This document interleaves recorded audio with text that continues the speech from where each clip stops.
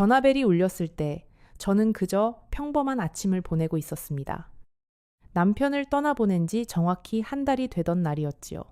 식탁 위에는 식어버린 보리차 한 잔과 아직 정리하지 못한 그이의 안경 하나가 그대로 놓여 있었답니다. 저는 그 안경을 매일 아침 닦았어요. 마치 그가 곧 일어나서 신문을 펼치며 그 안경을 다시 쓸 것처럼요. 그런데 그날 아침, 그 전화 한 통이 제 인생의 마지막 평온을 통째로 무너뜨릴 줄은 정말이지 짐작조차 하지 못했답니다. 수화기 너머에서 들려온 목소리는 조용하고 차분했습니다. 하지만 그 차분함 속에 담긴 한마디 한마디가 마치 한겨울 새벽 바람처럼 제 가슴을 훑고 지나갔어요. 은행 직원이라는 그 사람은 제 남편이 무려 30년 동안 조용히 끌어안고 있었던 빚이 5억 원이라고 말했습니다. 5억 원이요. 평생을 함께 살아온 사람이 저에게 단 한 번도 입 밖에 꺼낸 적 없던 그 숫자가 떠난 지 한 달 만에 제 앞으로 고스란히 돌아왔습니다. 저는 올해 80이 된 순자라고 합니다. 평생을 충청도 어느 작은 마을에서 자라 22에 시집을 와서 58년을 한 사람과 함께 살았답니다. 우리 부부는 한 번도 화려하게 살아본 적이 없어요. 시장에서 콩나물 한 봉지를 살 때도 2번을 들었다 놓았고 1,000원짜리 한 장을 깎으려고 상인 아주머니와 한참을 입씨름하던 그런 평범하다 못해 옹색하기까지 한 부부였지요. 그런데 그런 우리 부부가 5억 원의 빚을 짊어지고 있었다니요. 처음에는 잘못 걸려온 전화인 줄로만 알았습니다. 다시 한번 말씀해 보시라고, 혹시 사람을 잘못 찾으신 게 아니냐고 떨리는 목소리로 거듭 물었어요. 하지만 직원분은 침착하게 그리고 천천히 제 남편의 이름과 생년월일을 또박또박 읽어주셨습니다. 한 글자도 틀린 곳이 없었어요. 그 순간 제 손에 들린 보리차 잔이 흔들리기 시작했고 부엌 창문으로 들어오던 햇살마저 갑자기 색을 잃은 것처럼 느껴졌답니다. 친구 여러분, 잠시 후 제가 그 은행에 직접 찾아가서 알게 된 진실을 들으시면 분명 깊은 한숨을 내쉬며 안도감을 느끼실 겁니다. 여러분께 한 가지 여쭤보고 싶습니다. 혹시 여러분 곁에 평생 함께해 왔지만 한 번도 진심을 보여준 적 없는 사람이 있나요? 만약 그런 사람이 떠오른다면 댓글란에 그 사람에 대해 조금만 이야기해 주세요. 적어도 오늘은 제가 혼자가 아니라는 느낌을 받고 여러분과 함께 이 이야기를 이어가고 싶어요. 은행에서 전화를 끊고 나서 저는 한참을 식탁 앞에 멍하니 앉아 있었어요. 무얼 어떻게 해야 할지 도무지 떠오르지 않았답니다. 머릿속에서는 남편의 얼굴이 자꾸만 떠올랐어요. 마지막까지 제 손을 꼭 잡고 미안하다고 했던 그 얼굴이요. 그땐 그저 먼저 가는 사람의 흔한 인사라고만 생각했는데 어쩌면 그 미안하다는 말 속에 이 5억 원이 함께 들어있었던 게 아닐까. 그런 생각이 들기 시작하니까 가슴 한가운데가 서서히 무너져 내리는 기분이었어요. 저는 옷장 깊숙한 곳에서 검은 외출복을 꺼냈습니다. 장례식 때 입었던 그 옷이 그대로 걸려 있더군요. 다리미질도 하지 않고 머리도 대충 빗어 넘기고 그냥 그대로 집을 나섰어요. 은행까지는 버스로 세정거장이었습니다. 평소 같았으면 그이와 함께 시장 갈 때 타고 다니던 그 버스였지요. 그날따라 차창밖 풍경이 어찌나 낯설어 보이던지 마치 처음 와보는 동네에 와 있는 것 같았답니다. 은행에 들어서니 아침이라 사람이 그리 많지는 않았어요. 안내 데스크에서 사정을 말씀드리니 직원분이 저를 안쪽 작은 상담실로 모셨습니다. 책상 위에는 이미 두툼한 서류 봉투가 한 뭉치 놓여 있더군요. 저는 그 서류 봉투를 보는 순간 다리에서 힘이 쭉 빠지는 걸 느꼈어요. 저렇게 두꺼울 일이 무엇이 있을까? 평생을 모은 우리 부부의 통장도 저렇게 두껍지는 않았는데 상담을 맡아주신 분은 40대 중반쯤 되어 보이는 여자분이셨어요. 목소리가 차분하고 말 한마디 한마디를 조심스럽게 골라서 하시는 분이었답니다. 어머님, 마음 단단히 잡으시고 들으셔야 할 것 같습니다. 라고 운을 떼시는데 저는 그 한마디에 이미 가슴이 철렁 내려앉았어요. 그분이 저에게 종이를 한 장씩 내밀며 설명을 시작했어요. 첫 번째 대출은 30년 전 1995년 봄이었다고요. 그때 금액은 그리 크지 않았다고 합니다. 1,000만 원 정도였다고 하더군요. 하지만 그 뒤로 해마다 혹은 두세 해에 한 번씩 남편이 다시 와서 추가로 돈을 빌렸다고 하더군요. 저는 그분이 종이를 한 장씩 넘기시는 모습을 가만히 지켜봤어요. 그분의 손이 얼마나 익숙하게 움직이시는지 마치 평생을 그 종이들과 함께 살아오신 분 같았답니다. 종이를 넘기실 때마다 사르륵 사르륵 하는 소리가 그 작은 상담실 안에 조용히 울렸어요. 그 소리가 어찌나 크게 들리던지요. 마치 그 소리 하나하나가 제 가슴을 한 번씩 두드리는 것 같았답니다. 직원분은 한 가지 더 말씀해 주셨어요. 마지막 대출은 작년 가을이었다고요. 그러니까 남편이 떠나시기 불과 몇 달 전이었던 거예요. 저는 그 말을 듣고 잠시 숨을 멈췄답니다. 그때쯤 저희 그이가 갑자기 새로 산 시계가 있었어요. 시장에서 10,000원짜리 한 장 깎으려고 하시던 분이 갑자기 그렇게 비싼 시계를 사오셨길래 의아했지요. 그런데 알고 보니 그건 시계가 아니라 또 다른 빚의 흔적이었던 거였답니다. 아니 어쩌면 그 시계조차도 누군가에게 보내드린 선물이었을지도 몰라요. 우리 그이는 자기 자신을 위해서는 10,000원짜리 한 장을 쉽게 못 쓰시던 분이었으니까요. 저는 그 종이들을 한참을 들여다봤어요. 종이 위에는 남편의 서명이 또렷하게 남아 있었습니다. 평생 제가 보아온 그 글씨체, 마지막 받침을 살짝 흘려 쓰던 그 특유의 필체가 한 장 한 장에 모두 똑같이 찍혀 있었어요. 그러니까 누군가 위조한 게 아니었다는 뜻이지요. 우리 그이가 제가 안방에서 자고 있을 때 혹은 시장에 다녀오는 사이에 이 은행에 와서 직접 종이에 이름을 쓰고 도장을 찍고 돈을 빌려갔다는 뜻이었습니다. 저는 그 글씨를 손가락으로 가만히 짚어봤어요. 그 글씨에서 그이의 체온이 아직도 남아있는 것 같았답니다. 평생 저에게 편지 한 통 제대로 써준 적 없던 그 사람이 이 종이 위에는 이렇게 또렷한 서명을 남겨놓고 가신 거였어요. 어쩌면 그것이 그 사람이 저에게 남기고 간 마지막 편지 같은 것이었는지도 모르겠습니다. 직원분이 조심스럽게 여쭤보더군요. 어머님께서는 이 대출에 대해 전혀 모르고 계셨느냐고요. 저는 그저 고개만 끄덕였어요. 말이 나오지 않았답니다. 그분은 잠시 저를 바라보시더니 따뜻한 차를 한 잔 가져다 주시더군요. 그러면서 천천히 한 가지 사실을 더 알려주셨습니다.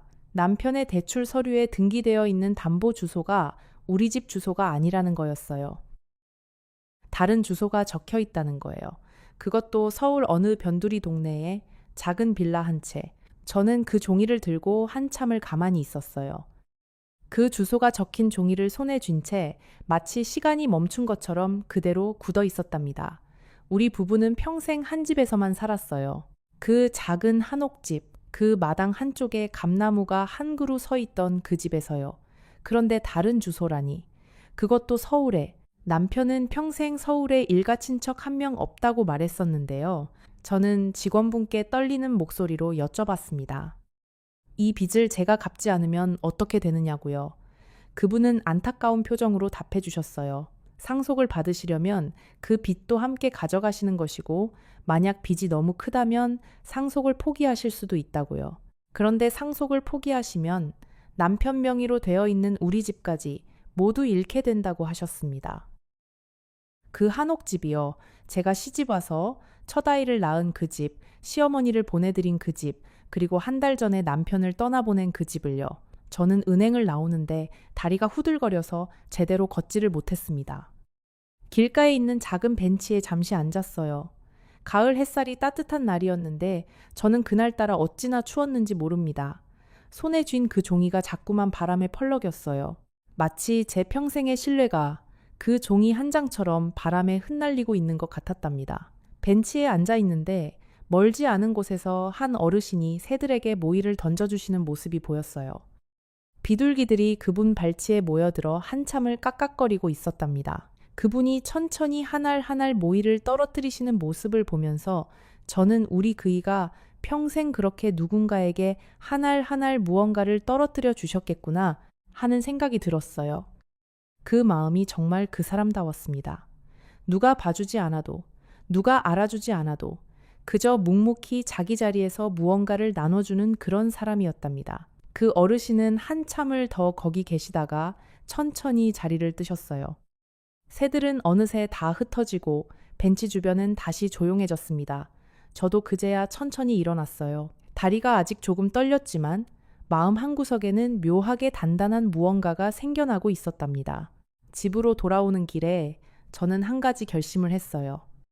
무슨 일이 있어도 그 다른 주소가 무엇인지 제 두 눈으로 직접 확인해야겠다고요. 그게 무슨 빚을 위한 담보였는지, 그 자리에 누가 살고 있는지, 그리고 우리 그이가 왜 30년이나 그것을 감춰왔는지를요. 하지만 그 전에 먼저 해야 할 일이 하나 있었습니다.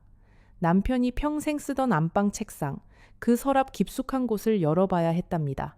집에 도착하자마자 저는 외투도 벗지 않은 채 안방으로 들어갔어요. 그이의 책상은 여전히 그가 살아있을 때 그대로였습니다. 돋보기 안경 옆에 어제보다 만신문이 펼쳐져 있고 그 옆에는 깍담한 사과가 접시 위에 놓여 있었어요. 저는 그 사과를 차마 치우지 못하고 그대로 두었었답니다. 마치 그를 치워버리는 것 같아서요. 그런데 그날만큼은 달랐어요. 그 평온한 책상 위의 모든 풍경이 거짓말처럼 보이기 시작했답니다. 책상 서랍은 3개였어요. 첫 번째 서랍은 평소에도 자주 열던 곳이라 별다른 게 없었습니다. 안경 닦는 천, 도장, 영수증 몇 장. 두 번째 서랍에는 오래된 가족 사진과 손자들의 어릴 적 그림이 가지런히 정리되어 있었어요. 그리고 마지막 세 번째 서랍. 그 서랍은 늘 잠겨 있었답니다. 그이는 별거 아니라고 그저 옛날 서류 몇 장이 들어있을 뿐이라고 했었어요. 저도 굳이 캐묻지 않았지요. 부부 사이에도 각자의 공간이 있는 거니까요. 서랍 열쇠는 책상 밑에 작은 종이 상자 안에 들어 있었어요. 그 정도는 저도 알고 있었답니다. 다만 한 번도 열어본 적이 없었을 뿐이지요. 열쇠를 자물쇠에 끼우는데 손이 어찌나 떨리던지요. 마치 도둑질이라도 하는 사람처럼 가슴이 콩닥거렸어요. 그리고 서랍이 천천히 열렸을 때 저는 잠시 숨을 멈췄답니다. 서랍 안에는 작은 나무 상자 하나가 들어 있었어요. 그리고 그 상자 위에는 누렇게 변색된 봉투들이 차곡차곡 쌓여 있었습니다. 봉투마다 날짜가 적혀 있었어요. 1995년부터 2024년까지 거의 매년 빠짐없이요. 저는 그 봉투들을 하나씩 꺼내 펼쳐보았습니다. 안에는 영수증, 송금 내역, 그리고 짧은 편지들이 들어 있었어요. 그 편지들의 수신인은 한결같이 한 사람이었답니다. 미경 씨에게라고요. 그 봉투들을 손에 쥐는데 봉투 끝에서 작은 먼지가 폴폴 일어났어요. 누군가 정성스럽게 쌓아 보관해둔 흔적이었답니다. 봉투마다 약간씩 모서리가 달아있는 것을 보니 우리 그이가 가끔씩 이 서랍을 열고 그 봉투들을 한 번씩 들여다보셨다는 것을 알 수 있었어요. 어쩌면 그 사람은 혼자만의 시간에 이 봉투들을 펼쳐보면서 형님을 잠시 기억하셨던 것일지도 모르겠습니다. 산 사람의 비밀이 아니라 떠난 사람을 향한 작은 의식이었을지도요. 미경. 저는 그 이름을 한참 동안 입안에서 굴려보았어요. 평생 처음 듣는 이름이었습니다. 우리 친척 중에도, 동네 사람 중에도, 그이의 옛 친구 중에도 그런 이름을 가진 사람은 없었어요. 저는 떨리는 손으로 가장 오래된 편지를 펼쳐 들었습니다. 1995년 4월 7일이라는 날짜가 적혀 있었어요. 편지는 그리 길지 않았습니다. 형이 떠난 지 벌써 1년이 다 되어 가는군요. 형수님, 부디 건강 잘 챙기시고 아이도 잘 자라기를 빌겠습니다. 이번 달 생활비는 우체국 통장으로 보냈으니 확인 부탁드립니다. 어려운 일 있으시면 언제든 연락 주세요. 형의 몫까지 제가 책임지겠습니다. 그게 그 편지의 전부였답니다. 저는 그 자리에 풀썩 주저앉았어요. 형이라니요. 우리 그이에게는 형이 한 명 있었습니다. 결혼 전에 안타까운 일을 당하셔서 일찍 세상을 떠나신 형님이 한 분 계셨다는 건 저도 시어머니께 듣긴 들었어요. 그런데 형수님이라는 분이 살아계셨다니요? 그리고 아이라니요? 그 형님의 아이가 있었다는 말은 그 누구에게도 들어본 적이 없었답니다. 저는 그 자리에서 모든 편지를 다 펼쳐 읽었어요. 한 장 한 장 넘기는 손이 어찌나 떨리던지 종이가 자꾸만 손에서 미끄러졌습니다. 편지의 내용은 거의 비슷했어요. 형수님의 안부를 묻고 조카의 학교 생활을 걱정하고 그리고 매달 송금한 금액을 적어놓은. 그러니까 우리 그이는 형님이 떠나신 그날 이후로 30년이 넘는 세월 동안 단 한 달도 거르지 않고 그 형수님과 조카에게 생활비를 보내왔다는 거였답니다. 편지들 사이에는 가끔 영수증이 끼워져 있기도 했어요. 한약방 영수증, 병원비 영수증, 학원비 영수증, 진우 씨가 어릴 때 한 번 크게 아팠을 때의 입원비 영수증도 있었답니다. 그 영수증을 보는데 저는 다시 한번 가슴이 내려앉았어요. 그 시기에 우리 그이는 갑자기 야근을 거의 매일 하셨거든요. 저는 그저 회사 일이 바쁘신가 보다 했는데 그게 다 그 조카의 병원비를 마련하기 위함이었던 거예요.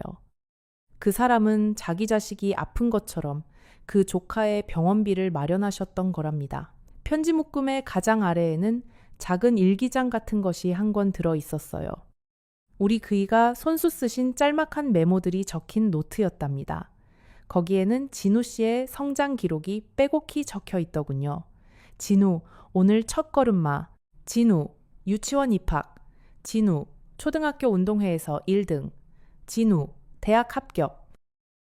그 짧은 한 줄 한 줄을 읽는데 저는 또 한참을 울었답니다. 우리 그이는 그 조카의 모든 순간을 가슴에 새기며 살아오셨던 거예요. 비록 직접 그 자리에 가지는 못하셨지만요. 저는 한참을 멍하니 앉아 있다가 천천히 그 나무 상자도 열어보았어요. 상자 안에는 사진 한 장이 들어 있었습니다. 흑백 사진이었어요. 젊은 시절의 우리 그이와 그리고 그 옆에 형님으로 보이는 분, 그리고 두 사람 사이에 어색하게 서 있는 작은 여인이 한 명, 그 여인이 미경 씨였겠지요. 그분의 손에는 강보에 쌓인 갓난아기가 안겨 있었습니다. 저는 그 사진을 한참을 들여다봤어요. 사진 속의 우리 그이는 갓 결혼한 새색시였던 저를 두고 어딘가 외출했던 그 무렵의 얼굴이었습니다. 그 시절 우리 부부는 형편이 어려워서 신혼여행도 제대로 못 가고 시어머니 모시고 한 집에 살면서 매일을 빠듯하게 살았어요. 그런데 그이는 그 어려운 와중에도 형님의 아내와 갓 태어난 조카에게 생활비를 보내고 있었던 거였습니다. 저는 그제야 알 것 같았어요. 왜 우리가 평생 그렇게 옹색하게 살아야 했는지를요. 왜 그이가 그토록 야근을 자주 했는지, 왜 명절에도 친척 집에 가지 않고 늘 혼자 다른 곳에 다녀온다고 했는지, 왜 가끔씩 우체국에 다녀왔다고 했는지를요. 그 모든 것들이 한꺼번에 머릿속에서 짜맞춰지면서 저는 그저 아무 말도 할 수 없었답니다. 생각해보면 작은 단서들은 곳곳에 있었어요. 우리 그이가 10여 년 전쯤 갑자기 시계를 자주 들여다보시던 시기가 있었답니다. 마치 어딘가에 가야 할 약속이 있는데 자꾸만 늦어지는 사람처럼요. 그때 저는 그저 일이 바쁘신가 보다 정도로만 생각했었어요. 그런데 이제 와서 돌아보니 그게 다 그 형수님과 조카에게 가야 할 약속들이었을지도 모른다는 생각이 들었답니다. 또 한 가지 기억나는 게 있어요. 우리 그이는 평생 한 번도 자기 생일을 챙기지 않으셨답니다. 미역국을 끓여드리려고 하면 늘 그러셨어요. 형이 못 누리고 간 생일을 내가 어떻게 챙겨 먹겠어 라고요. 저는 그저 형제 사랑이 깊은 분이라서 그러시는 줄로만 알았어요. 하지만 이제 와서 생각해보니 그게 단순한 형제 사랑이 아니라 형이 남기고 간 모든 것을 자기가 떠안고 살아가는 사람의 무게였던 거였답니다. 그날 밤 저는 한숨도 자지 못했어요. 거실 소파에 앉아서 사진과 편지들을 번갈아 가며 들여다봤습니다.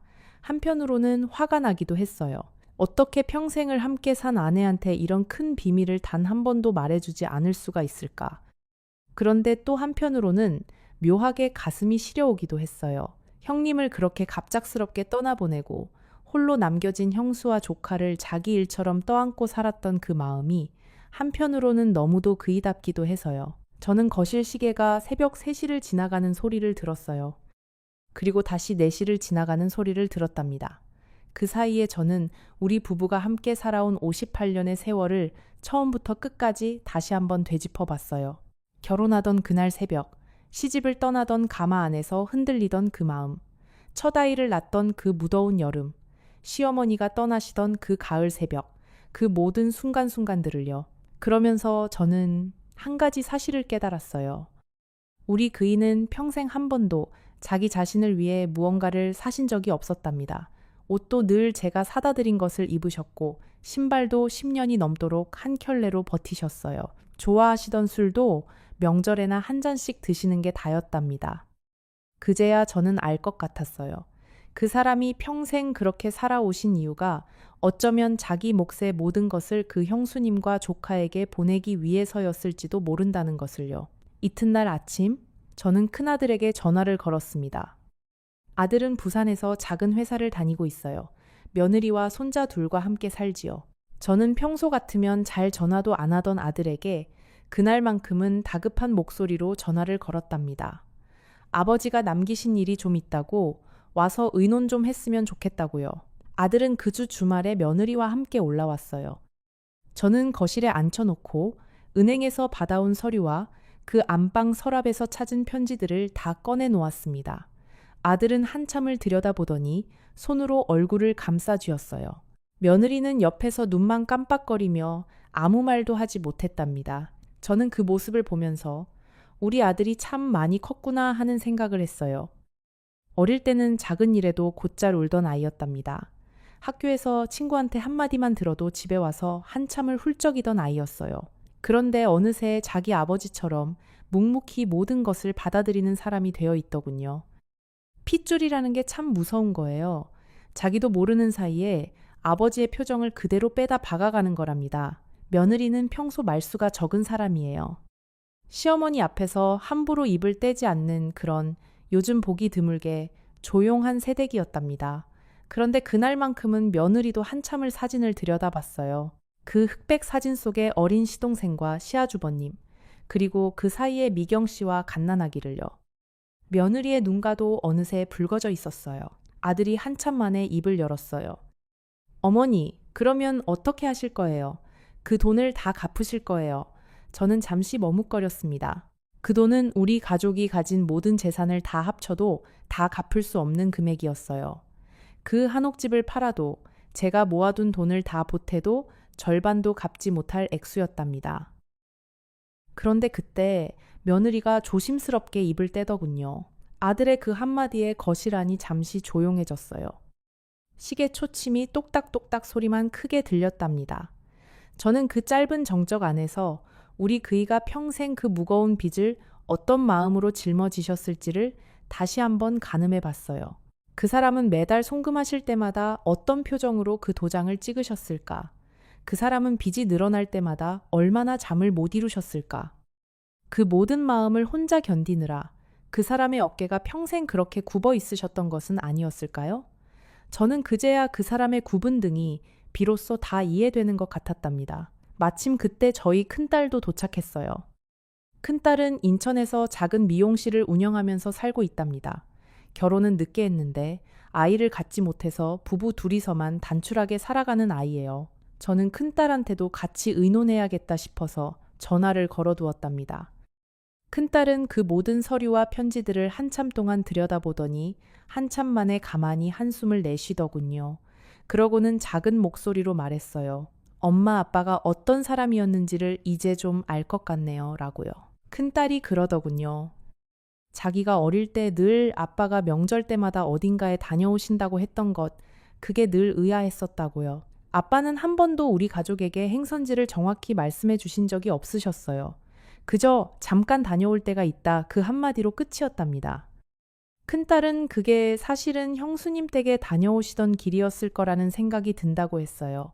그 한마디에 저도 가슴이 한 번 더 내려앉았답니다.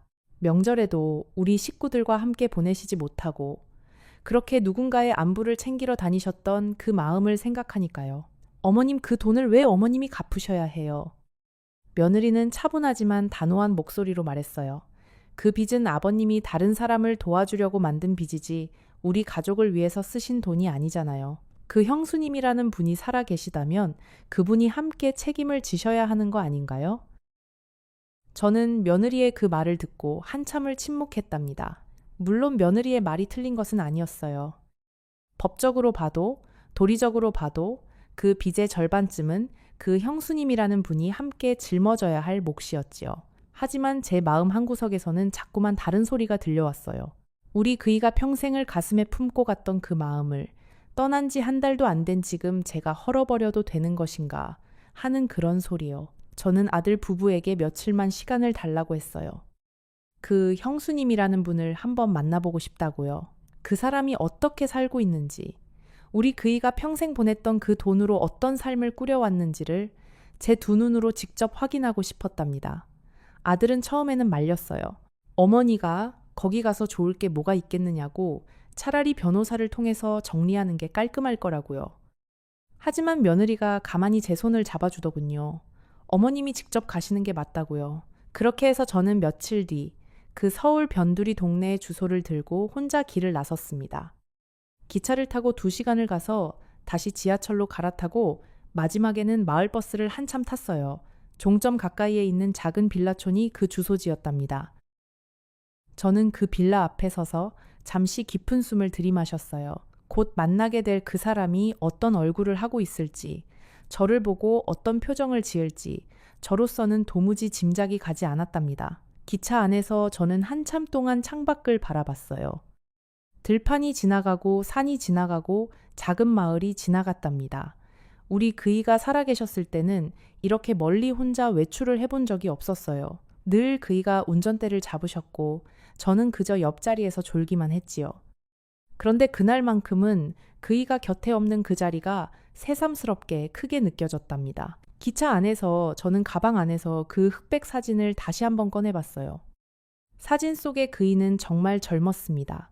갓 결혼해서 한참을 행복하실 때의 모습이었어요. 그 옆에 형님도 환하게 웃고 계셨고요. 누가 봐도 형제 사이가 좋은 두 분이셨답니다. 그런데 그 사진을 찍은 지 얼마 안 되어서 형님이 그렇게 갑자기 떠나셨다니 우리 그이의 가슴이 얼마나 무너졌을지 짐작이 가더군요. 지하철로 갈아타고 나서 저는 그 빌라가 있는 동네의 풍경을 천천히 둘러봤어요. 오래된 동네였답니다. 골목골목마다 낡은 간판들이 걸려 있고 길가에서는 어르신들이 작은 의자에 앉아 햇볕을 쬐고 계셨어요. 한 어르신께 길을 여쭤보니 친절하게도 그 빌라까지 함께 걸어가 주시더군요. 그분과 짧은 이야기를 나누면서 저는 마음 한구석이 조금씩 가라앉는 것을 느꼈답니다. 우리 그이가 평생 도와주신 그 형수님과 조카가 사는 동네가 이렇게 정겨운 곳이라는 게 한편으로는 다행이라는 생각이 들었어요. 여러분, 잠시 후 그 빌라의 낡은 철문이 열렸을 때 제가 마주한 그 얼굴을 들으시면 아마 마음이 한참 동안 먹먹해지실 거예요. 그분이 저를 알아본 표정과 그분이 처음으로 제게 건넨 그 한마디, 그리고 그 작은 거실에서 제가 발견한 마지막 진실까지 조금만 더 함께 있어 주세요. 이제부터가 정말 중요한 이야기랍니다. 빌라는 3층짜리였어요. 외벽이 누렇게 변색되고 군데군데 페인트가 벗겨진 오래된 건물이었습니다. 저는 종이에 적힌 호수를 한참 들여다보고 천천히 계단을 올라갔어요. 2층 가장 안쪽 집이었답니다. 문 앞에 도착해서도 한참 동안 초인종을 누르지 못하고 서 있었어요. 손가락이 자꾸만 떨려서요. 그러다가 안에서 인기척이 들리더군요. 누군가 슬리퍼를 끌고 걸어 나오는 소리. 그 소리에 저는 비로소 용기를 내서 초인종을 눌렀습니다. 잠시 후 문이 천천히 열렸어요. 그리고 한 여인이 저를 바라보았습니다. 그분은 저보다 5살쯤 어려 보였어요. 머리는 거의 다 새었고 등은 약간 굽어 있었지요. 손에는 묵주가 들려 있었습니다. 그분은 저를 한참 동안 가만히 바라보셨어요. 처음에는 누구신지 모르시는 듯한 표정이었답니다. 그런데 제가 입을 떼기도 전에 그분의 눈이 갑자기 흔들리기 시작했어요. 마치 한참 잊고 있던 무언가가 갑자기 떠오른 사람처럼요. 그분은 떨리는 목소리로 작게 물으셨습니다. 혹시 영수 씨, 형수님 되십니까? 저는 그분의 그 눈을 한참 동안 바라봤어요. 그분의 눈에서 어떤 슬픔이 보였답니다. 평생을 혼자 견뎌오신 분만이 가질 수 있는 그런 깊고 깊은 슬픔이요. 그런데 그 슬픔 안에는 묘하게 따뜻한 무언가도 함께 들어 있었어요. 우리 그이가 평생 그분 곁을 지켜주신 그 흔적이 그분의 눈빛 안에 고스란히 담겨 있는 것 같았답니다. 저는 그분을 처음 보는데도 이상하게 낯설지가 않았어요. 마치 어디선가 한 번쯤 마주친 적이 있는 분 같은 느낌이 들었답니다. 어쩌면 우리 그이가 평생 마음 한구석에 그분을 모셔두고 살아오셨기 때문에 그 마음이 자연스럽게 저에게도 전해진 것이었을지도 몰라요. 부부라는 게 그런 거잖아요. 한 사람이 평생 품고 있는 무언가가 다른 한 사람의 마음에도 모르는 사이에 스며들어 있는 것이요. 영수. 그것이 우리 그이의 이름이었답니다. 그분이 우리 그이의 이름을 그렇게 부드럽게 부르시는 순간 저는 제가 정말 이곳에 와 있다는 사실이 비로소 실감이 났어요.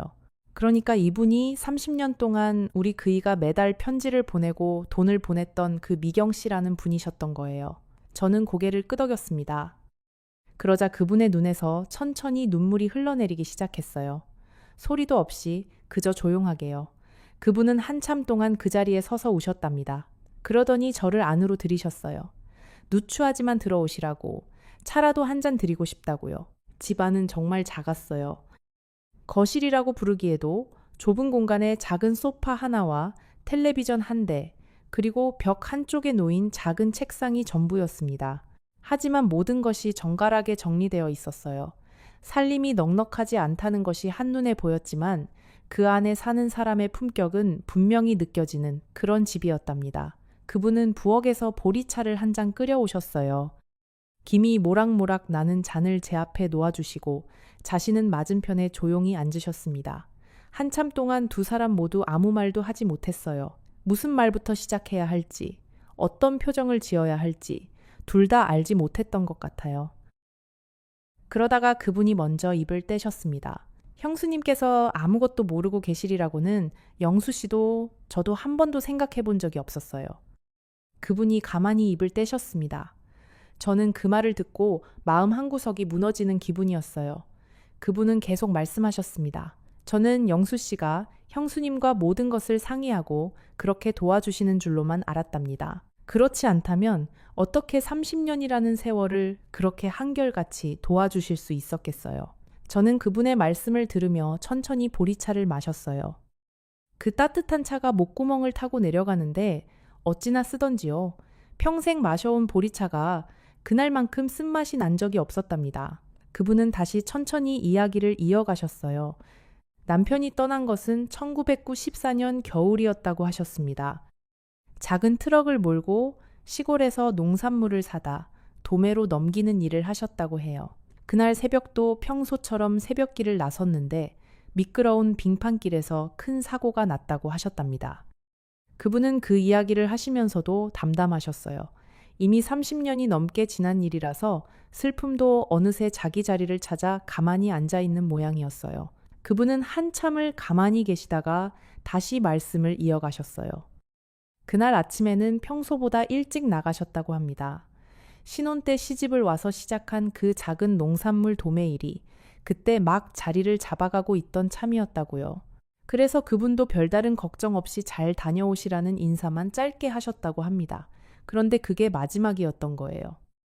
부부 사이에 가장 무서운 것이 그렇게 가벼운 인사로 헤어진 뒤 다시는 만나지 못하는 거라고 하시더군요. 저는 그 말을 들으면서 우리 그이가 떠나시던 그 새벽이 떠올랐어요. 우리도 그날 그렇게 평범한 아침 인사로 헤어졌었거든요. 그때 자기는 이미 임신 7개월이었다고 하셨어요. 시댁은 형편이 어려워서 도와줄 처지가 못 되었고 친정도 멀리 떨어져 있어서 의지할 곳이 없었다고 합니다. 그런데 장례가 끝나고 며칠이 지난 어느 날 영수 씨가 집으로 찾아오셨다는 거예요. 그러니까 우리 그이가요. 미경 씨는 그때를 또렷이 기억하고 계셨어요. 한방눈이 펑펑 내리는 날이었다고 합니다. 영수 씨는 그 눈을 다 맞으면서 작은 보따리 하나를 들고 그 집 앞에 서 계셨다고요. 보따리 안에는 따뜻한 죽 한 그릇과 한약방에서 지어오신 임산부 보약이 들어 있었다고 합니다. 자기 형 떠난 형수 챙기는 것이 형의 마지막 부탁이었다고 우리 그이는 그렇게 말씀하셨다고 해요. 미경 씨는 그 죽그릇을 받아들고 한참을 우셨다고 합니다. 그 보따리 하나가 그분의 평생 가장 따뜻한 선물이었다고요. 그이는 그 자리에서 약속을 하셨다고 합니다. 형이 묻다 한 몫을 자기가 책임지겠다고요. 형수도 조카도 절대 굶기지 않겠다고요. 그분은 처음에는 거절하셨다고 해요. 도련님도 이제 막 결혼하셨고 형편도 어려운 줄 아는데 어떻게 그러시느냐고요. 하지만 우리 그이는 고집을 꺾지 않으셨다고 합니다. 그러고는 그 다음 달부터 어김없이 송금을 시작하셨다는 거였어요. 저는 그 이야기를 들으면서 자꾸만 가슴이 메어왔어요. 우리 그이가 어떤 사람이었는지, 어떤 마음으로 평생을 살아왔는지가 그제야 비로소 다 보이는 것 같았답니다. 한편으로는 야속하기도 했어요. 왜 저에게 한마디 말해주지 않았을까? 함께 의논했더라면 저도 한마음이 되어 도왔을 텐데 왜 그토록 무거운 짐을 혼자만 짊어지셨던 걸까요? 그분은 제 표정을 읽으셨는지 조용히 말씀을 이어가셨어요. 영수 씨가 한 번은 그러셨다고 해요. 자기 아내는 마음이 너무 여린 사람이라 이 사실을 알면 분명히 너무 큰 짐으로 받아들일 것 같다고요.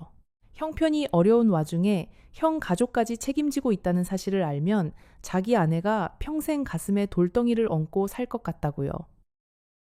그래서 자기 혼자만 짊어지고 가겠다고요. 저는 그 이야기를 듣고 결국 눈물을 참지 못했어요. 어쩜 그 사람은 끝까지 그렇게 저를 아껴주려고 했는지요. 평생을 옹색하게 살게 만들어 놓고 그 이유 한 가지를 끝내 말해주지 않았던 것이 어쩌면 그 사람 나름의 사랑이었던 거예요. 하지만 저는 그 사랑이 자꾸만 야속하게 느껴지기도 했답니다. 만약 미리 알았더라면, 우리 둘이 함께 그 짐을 나눠줬더라면 어쩌면 우리 살림도, 그 형수님 살림도 조금은 더 편안해졌을지 모르는데요. 그때 현관문이 열리는 소리가 들렸어요. 어머니 다녀왔습니다 하는 굵직한 남자 목소리. 저는 깜짝 놀라 고개를 들었습니다. 들어온 사람은 40대 초반쯤 되어 보이는 남자였어요. 어깨가 다부지고 손에는 무거워 보이는 가방이 들려 있었답니다. 그 남자가 저를 보더니 멈칫하더군요. 그분이 차분히 아들을 부르셨어요. 진우야, 인사드려라. 큰어머니시란다. 저는 그 호칭에 한 번 더 가슴이 쿵 내려앉았답니다. 큰어머니. 그러니까 이 청년이 우리 그이가 평생 책임지고 키워온 조카, 진우라는 아이였던 거예요. 진우 씨는 잠시 어리둥절한 표정으로 저를 바라봤어요. 큰어머니라는 호칭이 자기에게 무슨 의미인지 한 번에 이해되지 않는 것 같았답니다. 그러더니 천천히 가방을 내려놓고 정중하게 고개를 숙여 인사를 하셨어요. 처음 뵙겠습니다. 라고요. 그 한마디가 어찌나 마음을 후벼 파던지요. 저는 진우 씨를 한참 동안 바라봤어요. 그 청년의 얼굴 한쪽에서 우리 그이의 옛 모습이 어렴풋이 보이는 것 같았답니다. 콧날이 그랬어요. 그리고 웃을 때 입꼬리가 한쪽만 살짝 올라가는 것이 영락없이 그이를 닮아 있었어요. 핏줄이라는 게 참 신기하다는 생각이 들었답니다. 그분은 진우 씨에게 차근차근 설명해 주셨어요. 영수 큰아버지가 한 달 전에 돌아가셨다는 사실, 그리고 그 큰아버지께서 평생 우리에게 도움을 주셨던 분이라는 사실, 그리고 큰아버지께는 사실 형수님이 있으셨다는 사실까지요. 진우 씨는 이야기를 듣는 내내 점점 얼굴이 굳어갔어요. 그러더니 마지막에는 두 손으로 얼굴을 감싸쥐고 한참 동안 아무 말도 하지 못하셨습니다. 진우 씨가 천천히 입을 떼더군요. 어머니, 저는 그 큰아버지께서 그저 먼 친척 어른이신 줄로만 알고 살았는데요. 어떻게 그런 큰 은혜를 입고 살면서 저는 한 번도 제대로 인사를 드리러 가본 적이 없었네요. 진우 씨의 목소리가 가늘게 떨렸어요. 저는 그 모습을 보면서 우리 그이가 정말 좋은 사람이었구나 하는 생각을 다시 한번 했답니다. 그분이 부엌으로 들어가시면서 잠시 자리를 비워주셨어요. 저는 진우 씨와 둘이 거실에 남았습니다. 그 청년이 조심스럽게 입을 떼더군요. 큰어머니, 정말 죄송합니다. 저희 때문에 큰어머니께서 평생 모르고 사셨을 그 짐을 이제 와서 알게 되시고 또 짊어지셔야 한다는 게요. 저는 고개를 저었어요. 자네 잘못이 아니라네. 그것은 우리 어른들 사이의 일이었으니까. 진우 씨는 자신의 이야기를 천천히 들려주셨어요. 어려운 형편 속에서도 어머니께서 자기를 정성껏 키워주셨다는 것, 큰아버지께서 보내주신 돈으로 어머니께서 작은 분식집을 운영하셨다는 것, 그 분식집에서 번 돈과 큰아버지의 도움으로 자기가 대학교까지 다닐 수 있었다는 것, 그리고 지금은 작은 회사에 다니며 결혼을 앞두고 있다는 것까지요. 진우 씨는 어릴 적 이야기도 들려주셨답니다. 학교에서 친구들이 아버지 이야기를 할 때마다 자기는 늘 구석으로 가서 책만 들여다봤다고요. 어머니께서 그런 모습을 보시고는 밤마다 등을 토닥여 주시면서 너에게는 큰아버지가 계신다고, 그분이 비록 자주 못 오시지만 너를 누구보다 아껴주신다고 말씀해 주셨다고 합니다. 그래서 자기는 큰아버지를 한 번도 직접 뵌 적 없으면서도 마음속에서는 아주 가까운 분으로 느끼며 자랐다고 하셨어요. 그 말을 들으면서 저는 우리 그이가 정말 한 사람의 인생을 통째로 지켜주셨구나 하는 생각이 들었답니다. 진우 씨가 한 가지 더 말씀해 주셨어요. 자기가 대학에 합격하던 날, 큰아버지께서 어머니께 보낸 편지가 있었다고 합니다. 그 편지는 어머니께서 지금도 소중히 간직하고 계신다고요. 미경 씨가 안방에서 그 편지를 가지고 나오셔서 저에게 보여주셨어요. 누렇게 변색된 편지지 위에 우리 그이의 그 익숙한 글씨체가 적혀 있었답니다. 형수님, 진우가 드디어 대학생이 되었다는 소식 정말 감사합니다. 형님이 살아 계셨더라면 누구보다 기뻐하셨을 텐데요. 부족하지만 입학금에 보태시라고 조금 더 보내드립니다. 진우에게는 절대 부담 갖지 말라고 전해주세요. 저는 그 편지를 손에 들고 한참을 울었답니다. 그 편지의 마지막 줄에는 우리 그이가 평생 한 번도 다른 곳에 쓰신 적 없는 말이 적혀 있었어요. 형수님, 진우가 잘 자라주어서 정말 고맙습니다. 라고요. 그 짧은 한 줄을 읽는데 저는 우리 그이가 왜 그토록 평생 무리하게 일을 하셨는지가 그제야 다 이해가 되더군요. 그 사람에게 진우 씨는 단순한 조카가 아니라 형님이 남기고 가신 마지막 흔적이었던 거예요. 그래서 그 흔적을 무슨 일이 있어도 지켜내고 싶으셨던 거랍니다. 저는 진우 씨에게 한 가지 부탁을 드렸어요. 시간이 되시면 한번 우리 그이가 잠들어 계신 곳에 함께 가주시지 않겠느냐고요. 그분이 직접 보지 못하셨던 그 조카가 이제는 이렇게 든든하게 자란 모습을 잠시라도 보여드리고 싶다고요. 진우 씨는 그 자리에서 고개를 끄덕여 주셨답니다. 큰어머니, 제가 진작에 그렇게 했어야 했는데요. 그 말씀 너무 늦게 받아 죄송합니다. 라고 하시면서요. 그 청년의 그 한마디가 어찌나 마음을 데웠는지 모릅니다. 저는 그 이야기를 들으며 가만히 고개를 끄덕였어요. 진우 씨는 본인이 사실 큰아버지께 매달 조금씩이라도 갚아드리고 싶었지만 큰아버지께서 한사코 거절하셨다고 했답니다. 자기는 갚으라고 도와준 게 아니라고 그저 형 몫을 자기가 대신하는 것일 뿐이라고요. 그 한결같은 마음이 어찌나 그 사람다웠는지요. 저는 진우 씨에게 조심스럽게 여쭤봤어요. 혹시 어머님께서 지금 사시는 이 집이 누구 명의로 되어 있는지 아느냐고요. 진우 씨는 잠시 머뭇거리시더니 큰아버지 명의로 되어 있다고 답해 주셨어요. 어머니께서 늘 그 집을 큰아버지께서 마련해 주신 거라고 하셨다고요. 저는 그제야 모든 퍼즐이 맞춰지는 기분이었답니다. 그 빌라가 바로 은행 서류에 적혀 있던 그 담보 주소였던 거예요. 우리 그이는 형수와 조카를 위한 작은 보금자리를 마련해 주려고 그 빌라를 자기 명의로 사신 거였습니다. 그리고 그 빌라를 담보로 다시 대출을 받아서 형수의 분식집 운영 자금과 조카의 학비를 댄 것이었어요. 처음에는 작은 금액이었지만 형수의 분식집이 한때 어려워졌을 때, 또 조카가 큰 병에 걸렸을 때, 우리 그이는 그때마다 추가 대출을 받아 그 위기들을 막아주신 거였답니다. 그러니까 5억 원이라는 그 돈은 단순한 빚이 아니었어요. 그 한 푼 한 푼이 다 누군가의 위기를 막아준 돈이고 누군가의 꿈을 이어준 돈이었던 거예요. 우리 그이는 그 무거운 짐을 평생 혼자 짊어진 채 단 한 번도 자랑하지 않고 단 한 번도 생색내지 않고 그저 묵묵히 그 길을 걸어오신 거였답니다. 저는 진우 씨의 손을 가만히 잡았어요. 그 청년의 손이 어찌나 따뜻하던지요. 마치 우리 그이의 손을 다시 잡고 있는 것 같은 기분이 들었답니다. 저는 그 자리에서 결심했어요. 이 사람들과 척을 지지는 않겠다고요.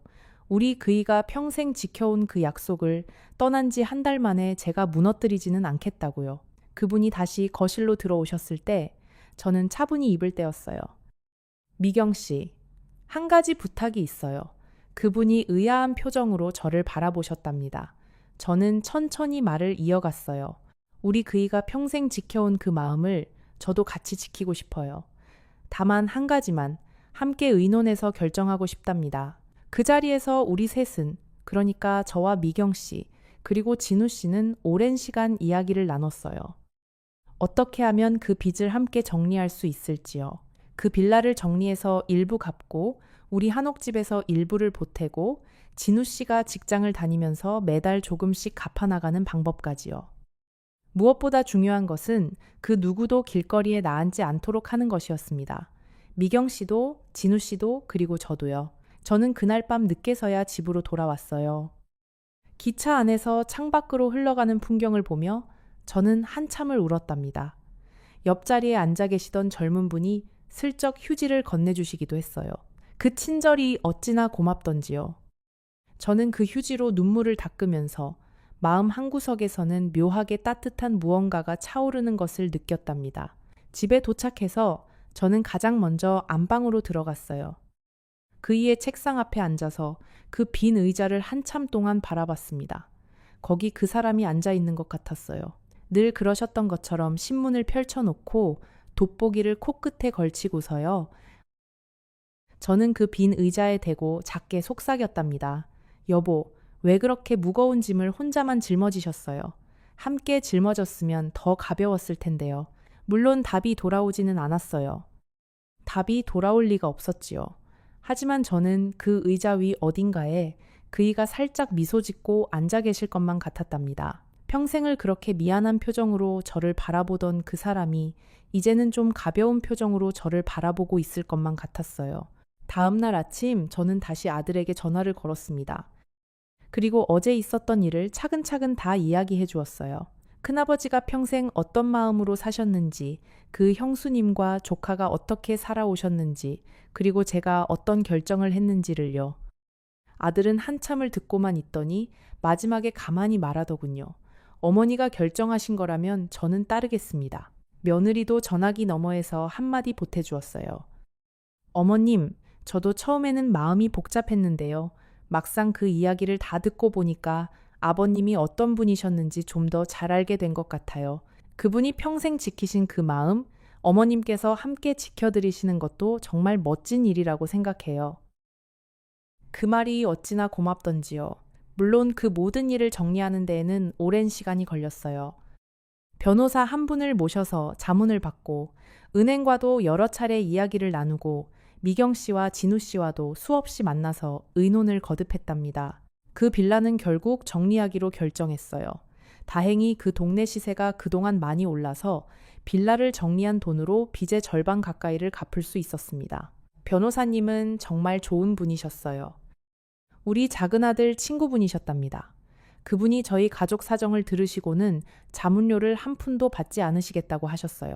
큰어머님께서 이런 일을 혼자 감당하시는 게 마음에 걸리신다고요. 세상에는 정말 따뜻한 사람들이 곳곳에 있다는 것을 저는 그때 다시 한번 느꼈답니다. 우리 그이가 평생 베풀어 오신 마음이 이렇게 다시 돌고 돌아서 저에게 돌아오고 있는 것 같았어요. 은행에서도 사정을 들으시고는 일부 이자를 감면해 주시기로 했어요. 처음에 저에게 전화를 주셨던 그 40대 직원분이 우리 사정을 위로 잘 보고해 주셨다고 합니다. 그분이 저에게 따로 전화를 주시기까지 했답니다. 어머님, 너무 마음 무거워하지 마세요. 우리 은행에서도 어머님 사정을 최대한 배려해 드리겠습니다. 라고요. 그 한마디가 어찌나 큰 위로가 되던지요. 세상의 모든 사람이 차갑지만은 않다는 것을 저는 그분의 그 한마디로 다시 한번 느꼈답니다. 저는 한옥집의 한쪽 별채를 정리하기로 했어요. 그 별채는 시어머니께서 쓰시던 곳이었는데 그분이 떠나신 뒤로는 줄곧 비어있던 곳이었답니다. 그 별채와 마당 한쪽을 떼어서 작은 셋집으로 임대해 두기로 했어요. 그 임대료로 매달 빚의 이자를 갚아 나가기로 했답니다. 처음에 그 별채를 정리하실 때는 마음이 많이 무거웠어요. 시어머니께서 쓰시던 그 자리에 다른 분이 들어오신다는 게 어색하게 느껴졌답니다. 하지만 막상 새를 들어오신 분이 젊은 부부였는데요. 그분들이 어찌나 살가운지요. 아이가 둘 있는 가정이었는데 그 아이들이 마당에서 뛰어노는 소리가 들릴 때마다 저는 마음이 한결 편안해졌어요. 빈집보다는 사람 사는 소리가 들리는 게 훨씬 좋답니다. 우리 그이도 분명히 좋아하실 거예요. 평생 사람을 좋아하시던 분이었으니까요. 진우 씨는 결혼식을 한 해 미루셨어요. 결혼 자금을 모두 큰아버지의 빚 갚는 데에 보태시겠다고 하셨답니다. 저는 처음에는 말렸어요. 자네 인생에 큰 일을 미루지 말라고요. 하지만 진우 씨가 한사코 고집을 부리시더군요. 큰아버지께서 자기에게 베푸신 것을 생각하면 결혼식 한 해 미루는 것은 일도 아니라고요. 그 청년의 마음이 어찌나 갸륵하던지요. 미경 씨도 그 분식집을 정리하시고 작은 반찬 가게로 업종을 바꾸셨어요. 그분도 이제 연세가 있으셔서 큰 가게를 꾸리시는 게 힘에 부치셨다고 합니다. 작은 가게에서 매일 정성껏 만드는 반찬을 동네 분들께 파시면서 한 푼 한 푼 보태신다고 하셨어요. 가끔 저에게도 직접 만드신 반찬을 보내주시곤 했답니다. 그 반찬을 받을 때마다 저는 우리 그이가 평생 보냈을 그 마음의 무게를 새삼 느꼈어요. 미경 씨께서 보내주시는 반찬은 종류도 다양했어요. 깻잎장아찌, 멸치볶음, 무생채, 그리고 그분이 직접 담그신 김치까지요. 그 김치 한 보시기를 꺼내 먹을 때마다 저는 그분의 평생을 한 입씩 받아 먹는 기분이었답니다. 그분이 평생 그 작은 부엌에서 새벽마다 일어나 형편없는 살림을 끌어안고 아들 하나만 보고 살아오신 그 시간들이 그 김치 한 보시기 안에 다 담겨 있는 것 같았어요. 저는 그 반찬을 절대 한 번에 다 먹지 않았답니다. 조금씩, 아주 조금씩만 꺼내 먹으면서 그분과의 인연을 오래오래 음미하고 싶었어요. 저는 답례로 우리 마당에서 직접 따낸 감을 한 상자씩 보내드렸어요. 우리 마당의 그 감나무는 시어머니께서 시집 오실 때 함께 가져오신 어린 묘목이었답니다. 그 묘목이 어느새 자라서 마당의 절반을 차지할 만큼 큰 나무가 되었어요. 가을마다 어찌나 감이 주렁주렁 열리는지요. 그 감을 따서 미경 씨께 보내드리면 그분은 또 그 감으로 곶감을 만드셔서 다시 저에게 보내주시곤 한답니다. 그렇게 우리 두 사람의 인연이 작은 감 하나를 통해서 이어지고 있는 거예요. 우리 그이가 평생 끌어안고 계셨던 그 인연이 떠나신 뒤에도 이렇게 따뜻하게 이어지고 있다는 것이 저는 참 감사하답니다. 저는 그 빚을 정리하는 동안 한옥집을 떠나지 않았습니다. 아들은 부산으로 모시고 가고 싶어 했어요. 며느리도 함께 살자고 권유해 주었답니다. 하지만 저는 거절했어요. 이 집에서 우리 그이의 흔적과 함께 살고 싶다고요. 그 사람이 평생 앉아 계시던 책상, 그 사람이 평생 쓰셨던 안경, 그 사람이 마지막까지 보던 신문이 그대로 있는 이 집에서 남은 시간을 보내고 싶다고요. 이제 그 일이 있은 지 1년이 다 되어가요. 빚은 아직 다 정리되지 않았지만 마음은 이상하게도 한결 가벼워졌답니다. 우리 그이가 어떤 사람이었는지를 이제는 저도 완전히 알게 되었으니까요. 그 사람이 평생 짊어진 짐이 얼마나 무거웠는지, 그리고 그 짐을 어떤 마음으로 짊어졌는지를 이해하게 되었으니까요. 가끔 동네 어르신들이 저에게 물어보시곤 해요. 영감님 떠나시고 그렇게 큰일을 겪으셨는데 어떻게 그렇게 평온해 보이시느냐고요? 저는 그저 미소만 짓는답니다. 그 평온함이 어디서 왔는지를 제대로 설명드리려면 너무 긴 이야기가 되니까요. 그리고 어떤 이야기들은 모든 이에게 다 들려줄 수 있는 것이 아니니까요.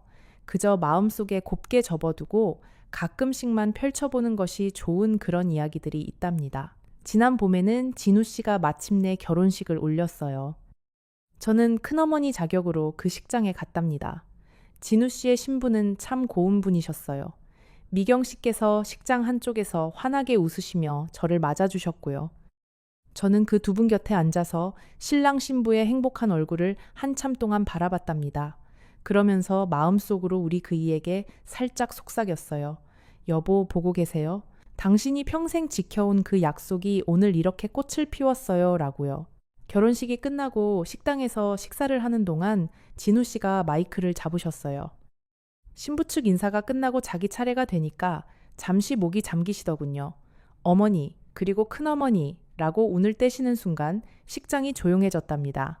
그러고는 진우 씨가 천천히 말씀하셨어요. 제가 오늘 이 자리에 설 수 있는 것은 두 분 어머니 덕분입니다.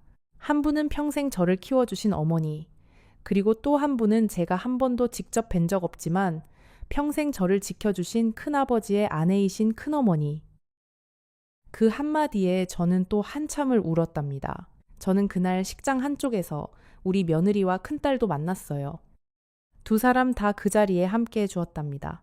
우리 며느리가 미경 씨에게 정중히 인사를 드리는 모습을 보면서 저는 마음이 어찌나 따뜻해지던지요. 처음에는 그 빚 때문에 마음이 복잡했던 우리 며느리가 이제는 미경 씨를 진짜 가족처럼 대해주고 있더군요. 가족이라는 게 그런 거인 것 같아요. 처음에는 낯설어도 어느새 마음이 자연스럽게 향해가는 그런 사이요.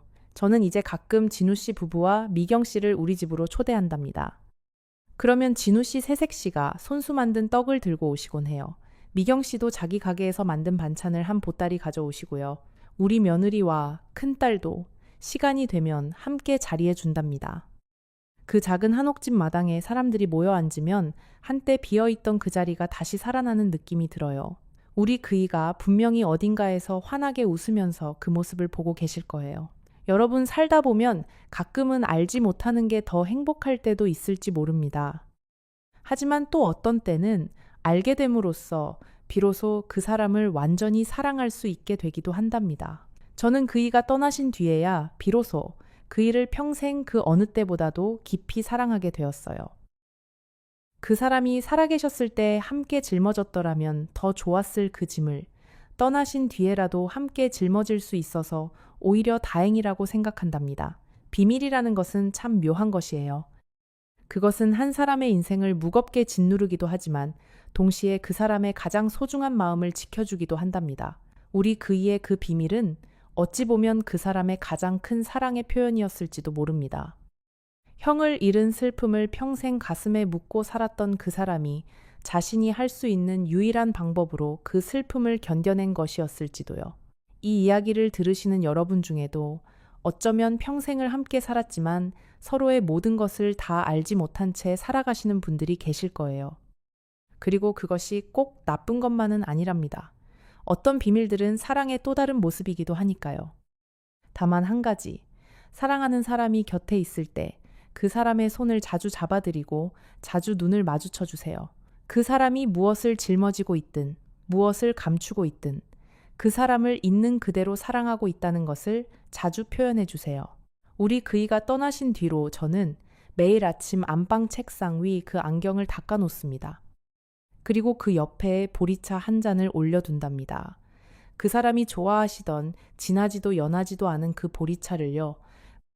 그리고 마음속으로 작게 말씀드려요. 여보, 오늘도 평안하세요. 거기서는 형님과 함께 잘 지내고 계시지요. 저도 곧 가서 만나 뵐 테니까. 그때까지는 거기서도 누구든 도와주고 계시면 되겠어요. 그 사람은 분명히 그러고 계실 거예요. 오늘 이 이야기를 마치면서 여러분께 한 가지 부탁을 드리고 싶답니다. 혹시 오늘 곁에 누군가가 있으시다면 잠시 그 사람의 얼굴을 바라봐 주세요.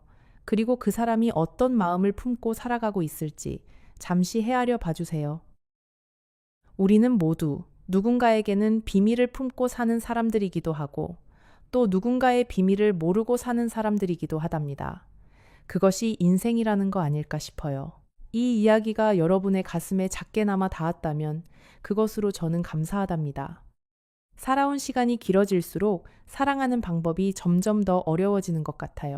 하지만 또 한편으로는 살아온 시간이 길어진 만큼 사랑이 더 깊어지기도 하는 것 같답니다.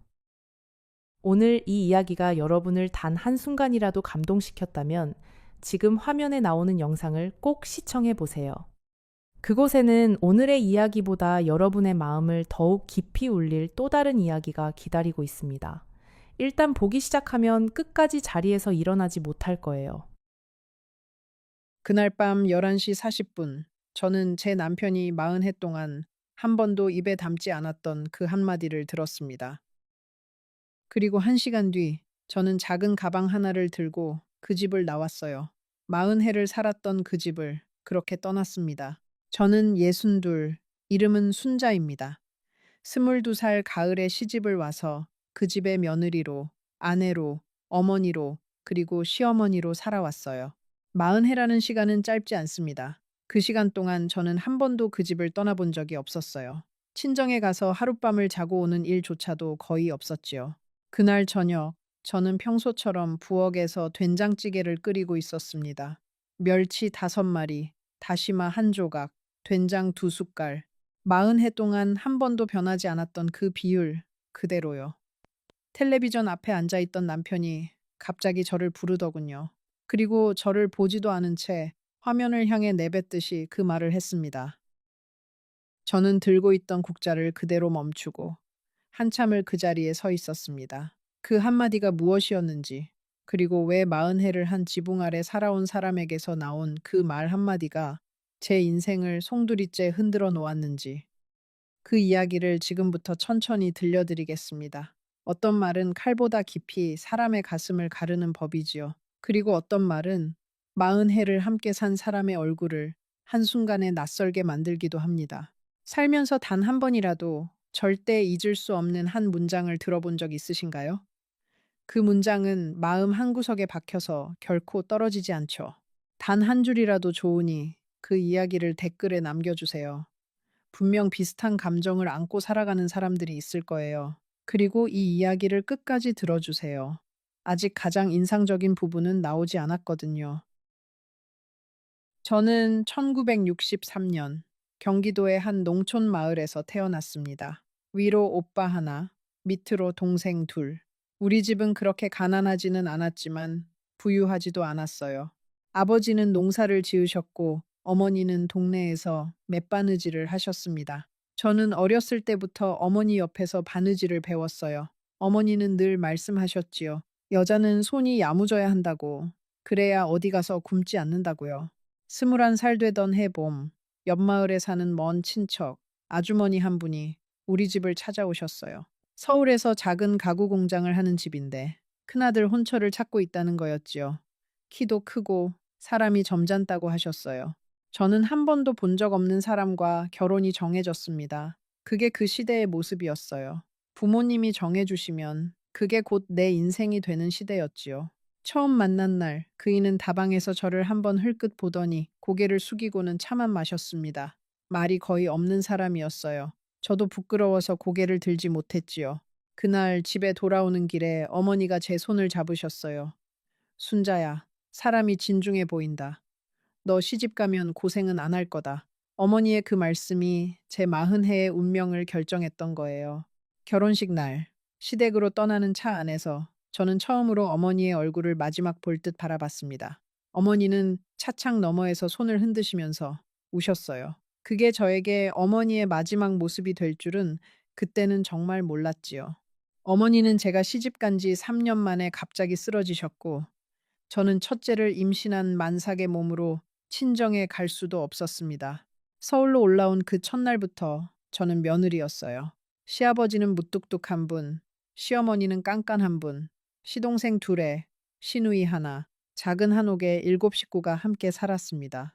새벽 5시 반에 일어나서 아침을 짓고 시아버지의 와이셔츠를 다리고 시동생들의 도시락을 싸고 시누이의 머리를 빗겨주고 그게 제 하루의 시작이었어요. 남편은 새벽에 공장으로 나가서 밤 10시가 되어야 들어왔어요. 처음 1년 동안 저는 남편의 얼굴을 제대로 본 시간이 합쳐도 며칠 되지 않았던 것 같아요. 남편은 늘 피곤해했고 집에 들어오면 밥만 먹고 잠들었지요. 저는 그게 당연한 거라고 생각했습니다. 남자는 밖에서 일하고 여자는 집에서 살림하는 거. 그 시대에 저희가 배운 모든 것이 그랬으니까요. 결혼한 지 2년이 채 안 됐을 때 첫째 아들 진호가 태어났습니다. 그리고 4년 뒤에 둘째 딸 미경이가 태어났지요. 저는 아이들을 키우면서 처음으로 살아있다는 느낌을 받았어요. 그 작은 손이 제 손가락을 잡을 때, 그 작은 입이 엄마라고 부를 때, 그제야 제가 그 집에 시집 온 의미를 알 것 같았습니다. 그런데 시어머니가 편찮으시기 시작한 건 그 무렵부터였어요. 처음에는 무릎이 시리다고 하셨고, 다음에는 허리, 그리고 결국에는 누우셨지요. 그때부터 12년이었습니다. 시어머니 병수발만 12년. 그 사이에 시아버지도 풍을 맞으셨고 두 분을 동시에 모셔야 했던 시절이 길었어요. 남편은 공장 일이 바쁘다는 핑계로 거의 도와주지 않았습니다. 시동생들은 결혼해서 분가했고 시누이도 시집가서 발길이 뜸했어요. 결국 그 두 분을 마지막까지 곁에서 지킨 사람은 저였습니다. 시어머니가 가시던 날 저는 그 손을 잡고 있었어요. 시어머니는 가쁜 숨 사이로 저에게 한마디를 남기셨어요. 순자야, 너만은 안다. 그게 그분이 마지막에 저에게 하신 말씀이었습니다. 장례를 다 치르고 나서 남편이 저에게 한 말은 단 한마디였어요. 수고했다. 그게 다였지요. 저는 그래도 괜찮다고 생각했습니다. 우리 시대 남자들은 다 그렇게 표현하니까요. 마음 깊이는 고마워하고 있을 거라고 저 스스로 그렇게 다독였어요. 그런데 지금 와서 돌이켜보면 그건 제가 저에게 한 거짓말이었는지도 모르겠습니다. 아이들은 잘 자라줬어요. 진호는 공부를 잘해서 좋은 대학을 나오고 큰 회사에 취직했고, 미경이는 간호대를 나와서 병원에서 일하게 됐지요. 두 아이가 각자의 자리를 잡는 모습을 볼 때마다 저는 40해의 시간이 헛되지 않았다고 느꼈습니다. 그게 제 유일한 자부심이었어요. 진호는 33세 결혼했어요. 며느리 혜린이는 같은 회사 후배였습니다. 인사를 처음 왔을 때 저는 한눈에 알아봤어요. 이 아이는 보통 아이가 아니구나. 똑똑하고 자기 주장이 분명한 아이였지요. 저는 그게 좋아 보였어요. 그래야 진호 같은 무뚝뚝한 사람과 살 수 있을 테니까요. 그런데 며느리가 저를 바라보는 눈빛 한 구석에는 늘 어떤 거리감이 있었습니다.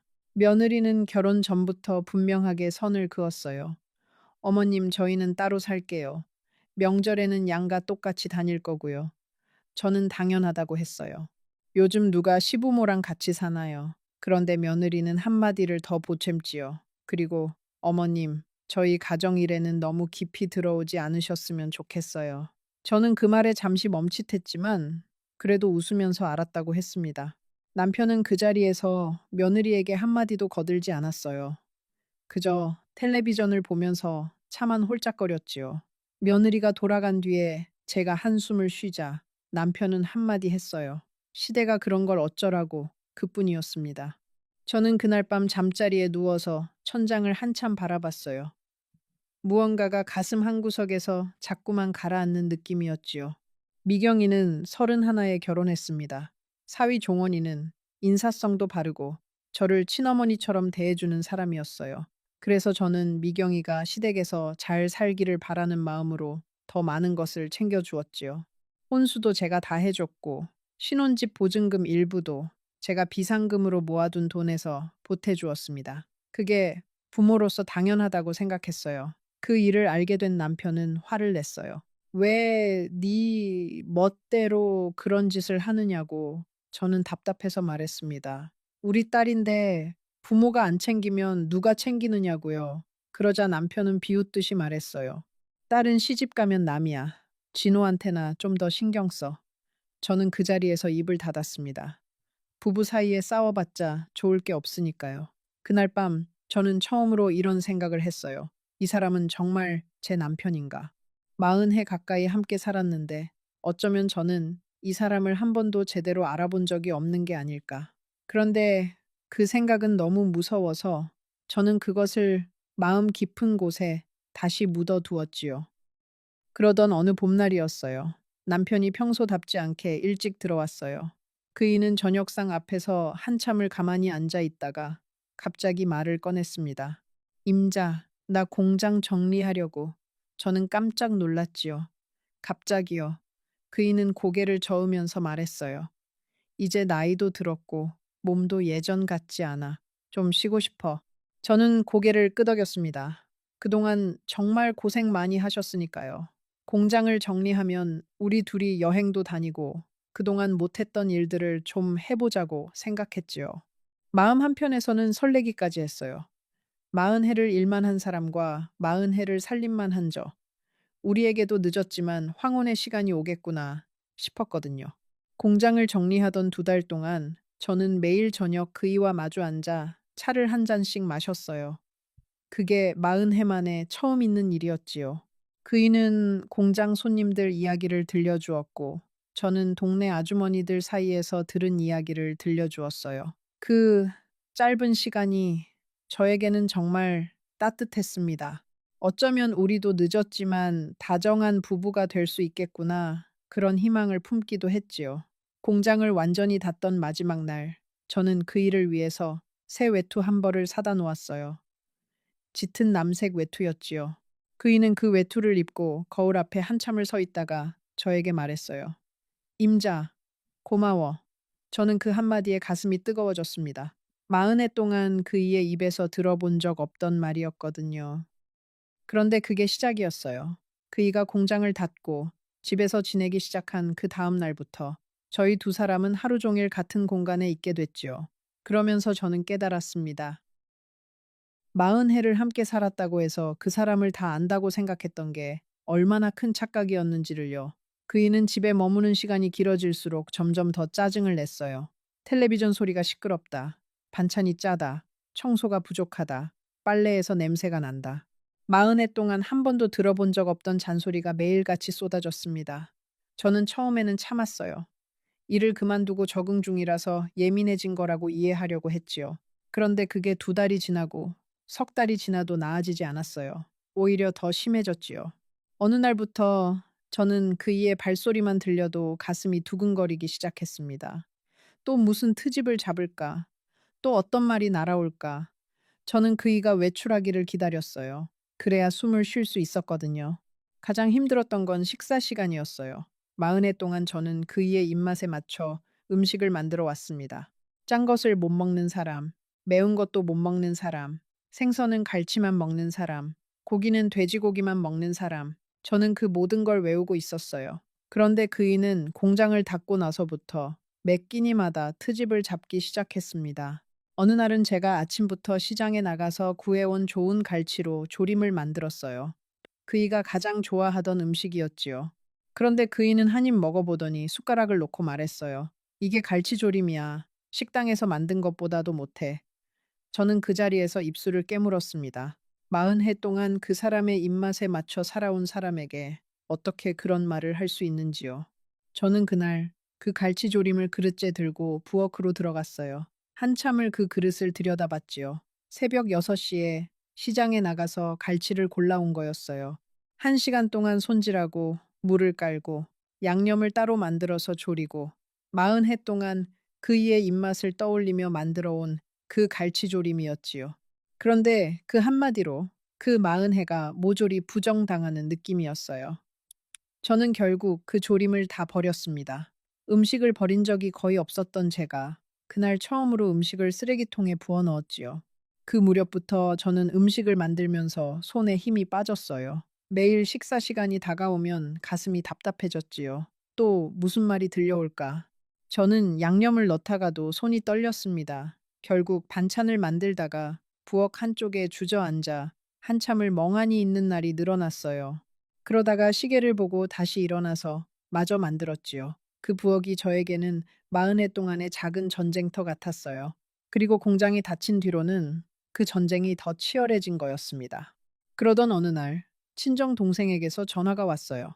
막내 남동생의 딸, 그러니까 제 조카가 결혼한다는 소식이었지요. 저는 너무 기뻐서 남편에게 말했습니다. 여보, 다음 달 셋째 주에 막내 조카 결혼식이 있어요. 우리 같이 가요. 그이는 텔레비전을 보면서 한마디로 잘랐어요. 가기 싫어. 너 혼자 다녀와. 저는 서운했지만 그러려니 했어요. 그런데 결혼식 날 아침 옷을 차려입고 나가려는데 그이가 갑자기 화를 냈습니다. 친정에 가서 며칠씩 처박혀 있을 거 아니냐고. 저는 당황했어요. 결혼식만 보고 바로 올 거예요. 그런데 그이는 더 큰 소리로 말했지요. 마음에 안 들어. 너는 왜 항상 친정 일만 챙기느냐. 저는 그날 결혼식에 가지 못했어요. 친정 동생에게는 몸이 안 좋다고 거짓말을 했지요. 전화를 끊고 화장실에 들어가서 저는 소리 죽여 울었습니다. 40해를 시집 식구들 챙기며 살았는데 친정 조카 결혼식 한 번 가는 것조차 마음대로 못하다니 그게 너무 서러웠어요. 이쯤에서 한 가지 여쭙고 싶은 게 있어요. 혹시 이 이야기를 들으면서 가슴 한구석이 답답해지는 분, 아니면 누군가의 얼굴이 자꾸 떠오르는 분 계신가요? 잠시 후, 그날 저녁 식탁에서 남편이 무슨 말을 했는지, 그리고 제가 왜 그 집을 떠날 수밖에 없었는지를 들려드리겠습니다. 그 한마디는 정말 간단한 말이었어요. 그런데 그 말이 40해의 모든 것을 한순간에 무너뜨렸지요. 그 일이 있고 한 달쯤 지났을 무렵, 며느리 혜린이가 임신했다는 소식이 왔어요. 저는 너무 기뻐서 그날 저녁부터 미역을 사다 놓고 산모에게 좋다는 음식들을 알아보기 시작했지요. 손주가 생긴다는 게 얼마나 기쁜 일이에요. 그날 밤 저는 잠을 못 이뤘습니다. 손주에게 줄 베네옷을 그려보고 이름을 지어보고요. 저는 며느리에게 줄 산모 보양식 재료를 사러 시장에 갔어요. 한약방에 들러서 산모에게 좋은 약재도 알아봤지요.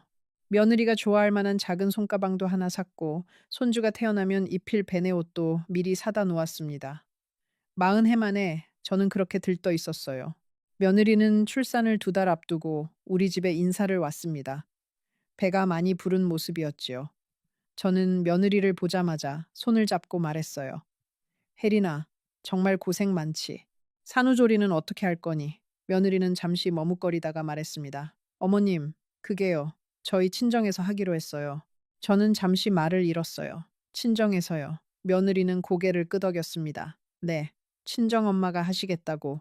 어머님은 연세도 있으시고요. 저는 입가에 웃음을 지으면서 말했어요.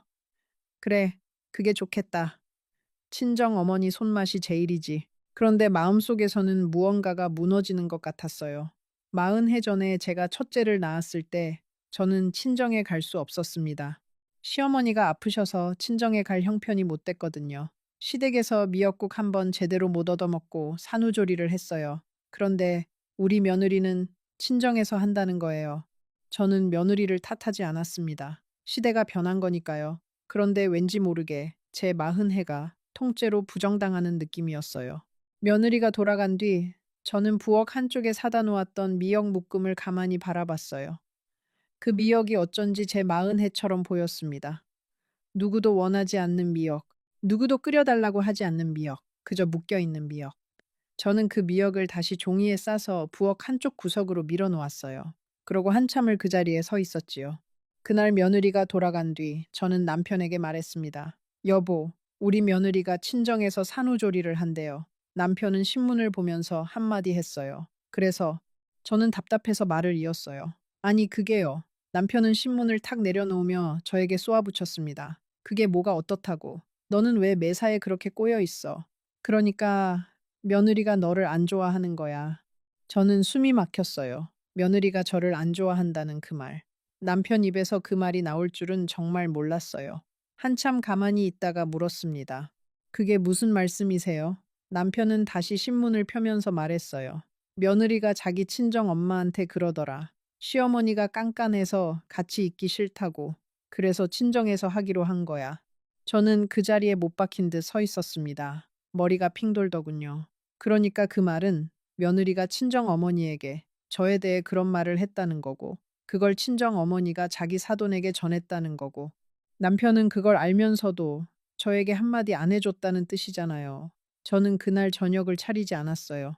부엌에 앉아서 40해 동안 닦아온 그 부엌의 타일을 가만히 바라봤지요. 어디서부터 잘못된 걸까?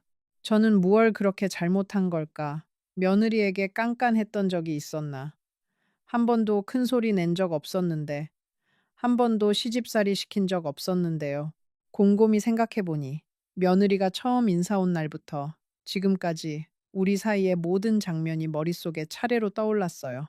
명절에 음식 만드는 것을 도와달라고 한 번도 부른 적이 없었지요. 김장도 제가 혼자 다 했어요. 며느리가 우리 집에 와서 한 번이라도 부엌에 들어와 같이 일한 적이 있었나 곰곰이 헤아려 봤지요. 단 한 번도 없었습니다. 그런데도 며느리는 제가 깐깐하다고 했어요. 도대체 어떤 부분이 깐깐했다는 건지 저는 알 수가 없었지요. 그런데 그것보다 더 가슴이 아팠던 건 남편의 태도였어요. 그 사람은 자기 며느리가 자기 아내에 대해 그런 말을 하고 다닌다는 사실을 알면서도 며느리 편을 들었다는 거예요. 40해를 함께 산 아내보다 며느리의 친정 어머니의 말을 더 믿었다는 거지요. 그날 이후로 저는 말수가 줄었어요. 남편과 마주 앉아도 딱히 할 말이 없었지요. 우리 두 사람 사이에는 이미 보이지 않는 벽이 생겨 있었습니다. 남편은 그걸 못 느꼈는지 아니면 못 느낀 척 하는 건지 평소처럼 텔레비전을 보고 신문을 읽고 잔소리를 했어요. 저는 그 무렵부터 동네 노인정에 자주 갔어요. 거기 가면 또래 친구들이 있었거든요. 정희 언니, 영순이, 그리고 말숙이. 우리는 화투도 치고 차도 마시고 가끔은 같이 시장에도 갔지요. 거기서 다른 할머니들의 이야기를 들으면서 저는 처음으로 깨달았어요. 저만 이렇게 사는 게 아니구나. 다들 비슷한 마음의 짐을 안고 살고 있구나. 정희 언니는 작년에 황혼 이혼을 했어요. 46해를 함께 산 남편과 갈라섰지요. 처음에는 다들 말렸어요. 그 나이에 무슨 이혼이냐고요. 그런데 정희 언니는 단호했습니다. 더 이상 못 살겠다고. 자식들도 다 컸고 이제 자기 인생을 살고 싶다고요. 저는 그 언니를 보면서 속으로 생각했지요. 나는 그렇게 못한다. 나는 못 떠난다. 그런데 어쩐지 정희 언니가 부러웠어요. 그 언니는 작은 아파트 하나를 얻어서 혼자 살고 있었지요. 가끔 놀러 가보면 그 집은 정말 깨끗하고 햇살이 잘 들었습니다. 그리고 무엇보다 정희 언니의 얼굴이 편안해 보였어요. 46해 만에 처음으로요. 정희 언니의 작은 아파트에는 화분이 많았어요. 베란다에 10여 개, 거실에도 대여섯 개. 언니는 화분에 물을 주면서 저에게 말씀하시곤 했지요. 순자야, 사람도 화분 같아. 알맞은 햇볕과 물이 있어야 살아. 너무 강한 햇볕도, 너무 어두운 그늘도 사람을 시들게 해.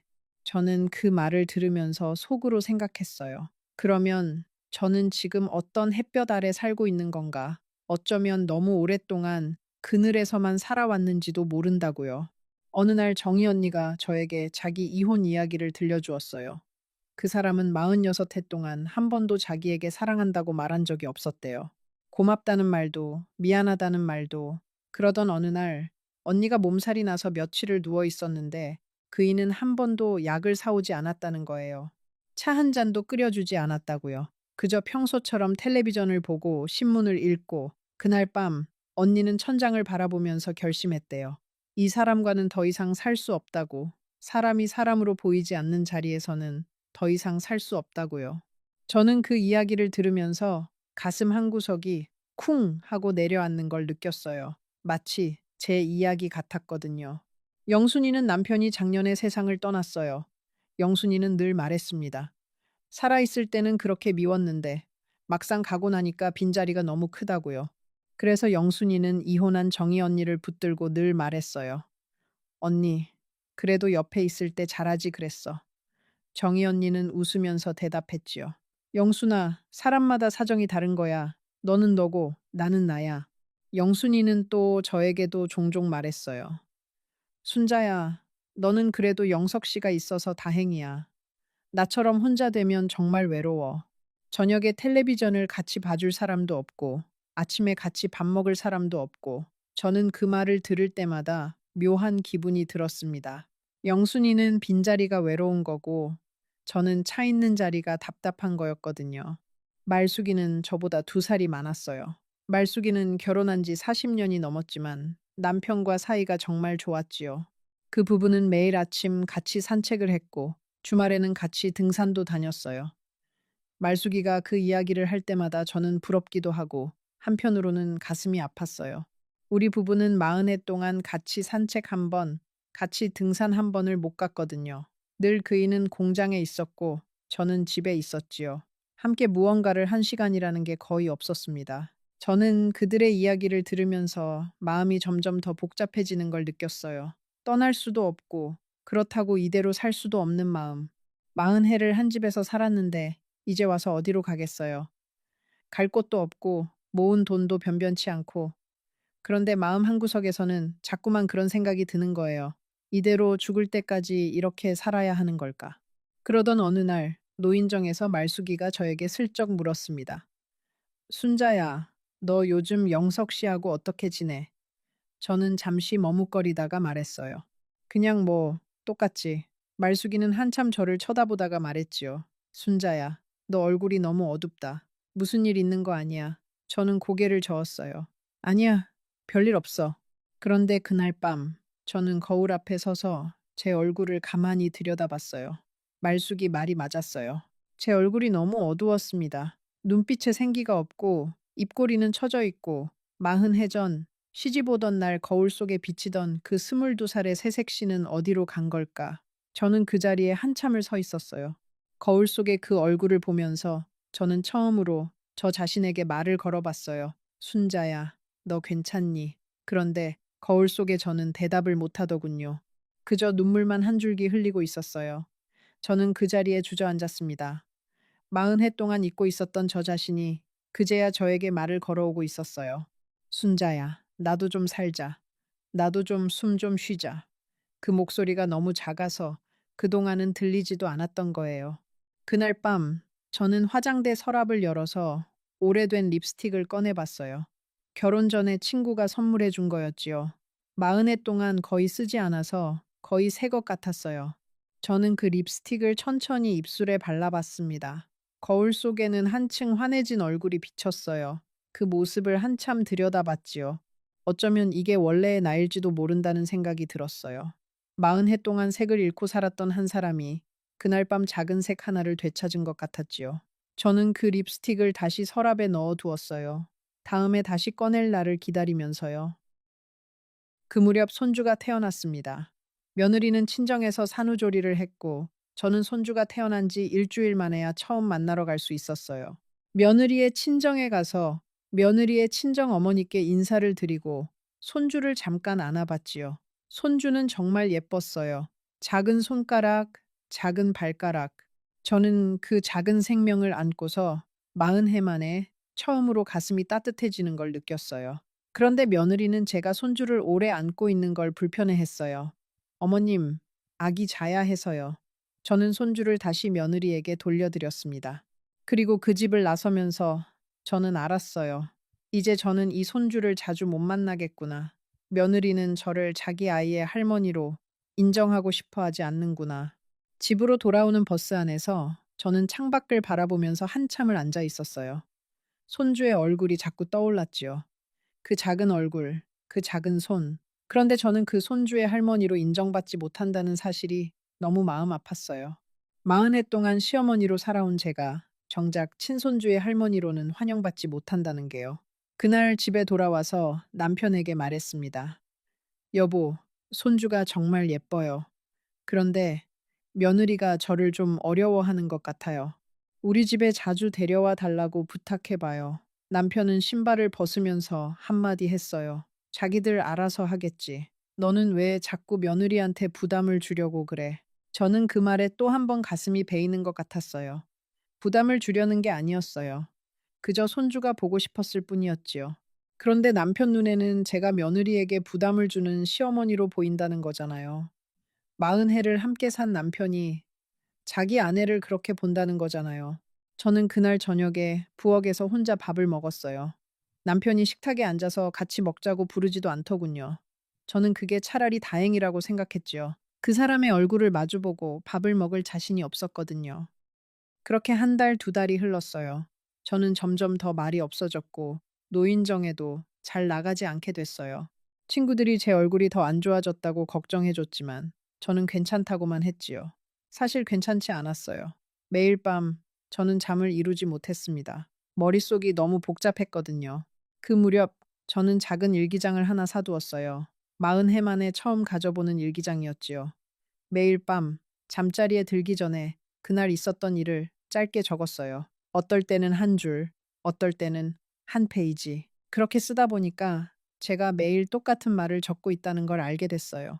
오늘도 그이가 화를 냈다. 오늘도 그이가 잔소리를 했다. 오늘도 나는 침묵했다. 매일이 그랬어요. 매일이. 일기장의 마지막 페이지에 저는 이렇게 적었어요. 나는 누구일까? 나는 무엇으로 살고 있는가? 그 두 줄을 적어 놓고 한참을 펜을 든 채로 가만히 있었지요. 답이 떠오르지 않았어요. 며느리, 아내, 어머니, 시어머니, 그런 호칭들은 떠오르는데 정작 저 자신이 누구인가에 대한 답은 떠오르지 않았어요. 저는 그 일기장을 덮으면서 처음으로 무서워졌어요. 40해를 살았는데 정작 저 자신이 누구인지를 모르고 살았던 거잖아요. 그 일기장을 쓰면서 저는 또 다른 사실 하나를 깨달았어요. 40해 동안 제가 좋아한 것이 무엇이었는지조차 떠오르지 않는다는 사실을요. 좋아하는 음식, 좋아하는 노래, 좋아하는 색깔, 좋아하는 계절, 그 어느 것도 답이 나오지 않았어요. 40해 동안 저는 그이가 좋아하는 음식만 만들었고, 그이가 좋아하는 텔레비전만 봤고, 그이가 골라준 옷만 입었어요. 정작 제가 무엇을 좋아하는지는 한 번도 생각해 본 적이 없었던 거예요. 저는 어느 날 부엌 한쪽에 앉아서 종이에 적어봤어요. 내가 좋아하는 것들 그렇게 써놓고 한 줄도 못 적었어요. 한참을 펜을 들고 있다가 가까스로 한 줄을 썼지요. 봄바람이 부는 날 창문 옆에 앉아 있는 것. 그게 제가 떠올린 유일한 것이었어요. 40해 동안 살면서 좋아하는 것이라고는 그 한 가지밖에 떠오르지 않다니. 저는 그 종이를 한참을 들여다봤지요. 그러고는 가만히 접어서 일기장 사이에 끼워두었어요. 며칠 뒤에는 또 한 줄을 추가했어요. 어렸을 때 어머니가 끓여주신 호박죽. 그리고 또 며칠 뒤에는 비 오는 날 처마 밑에서 빗소리를 듣는 것. 그렇게 한 줄씩 한 줄씩 늘어나는 그 종이를 보면서 저는 처음으로 제 안에서 무엇인가가 살아나는 걸 느꼈어요. 40해 동안 잠들어 있던 한 사람이 깨어나려고 꿈틀거리는 것 같았어요. 그런데 그 사람을 깨워줄 사람이 없다는 게 저를 더 슬프게 했지요. 그러던 어느 늦가을 저녁이었습니다. 그날도 저는 평소처럼 된장찌개를 끓이고 갈치를 구웠어요. 남편이 좋아하는 반찬들이었지요. 식탁을 차려놓고 남편을 불렀습니다. 여보, 진지 드세요. 남편은 텔레비전을 보면서 천천히 식탁으로 왔어요. 그날 텔레비전에서는 어떤 부부 이야기가 나오고 있었어요.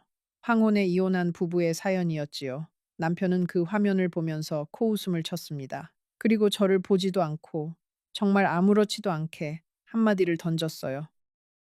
그 한마디가 무엇이었는지, 그 말이 40해 동안 쌓아온 제 인생을 어떻게 한순간에 무너뜨렸는지 잠시 후에 들려드리겠습니다.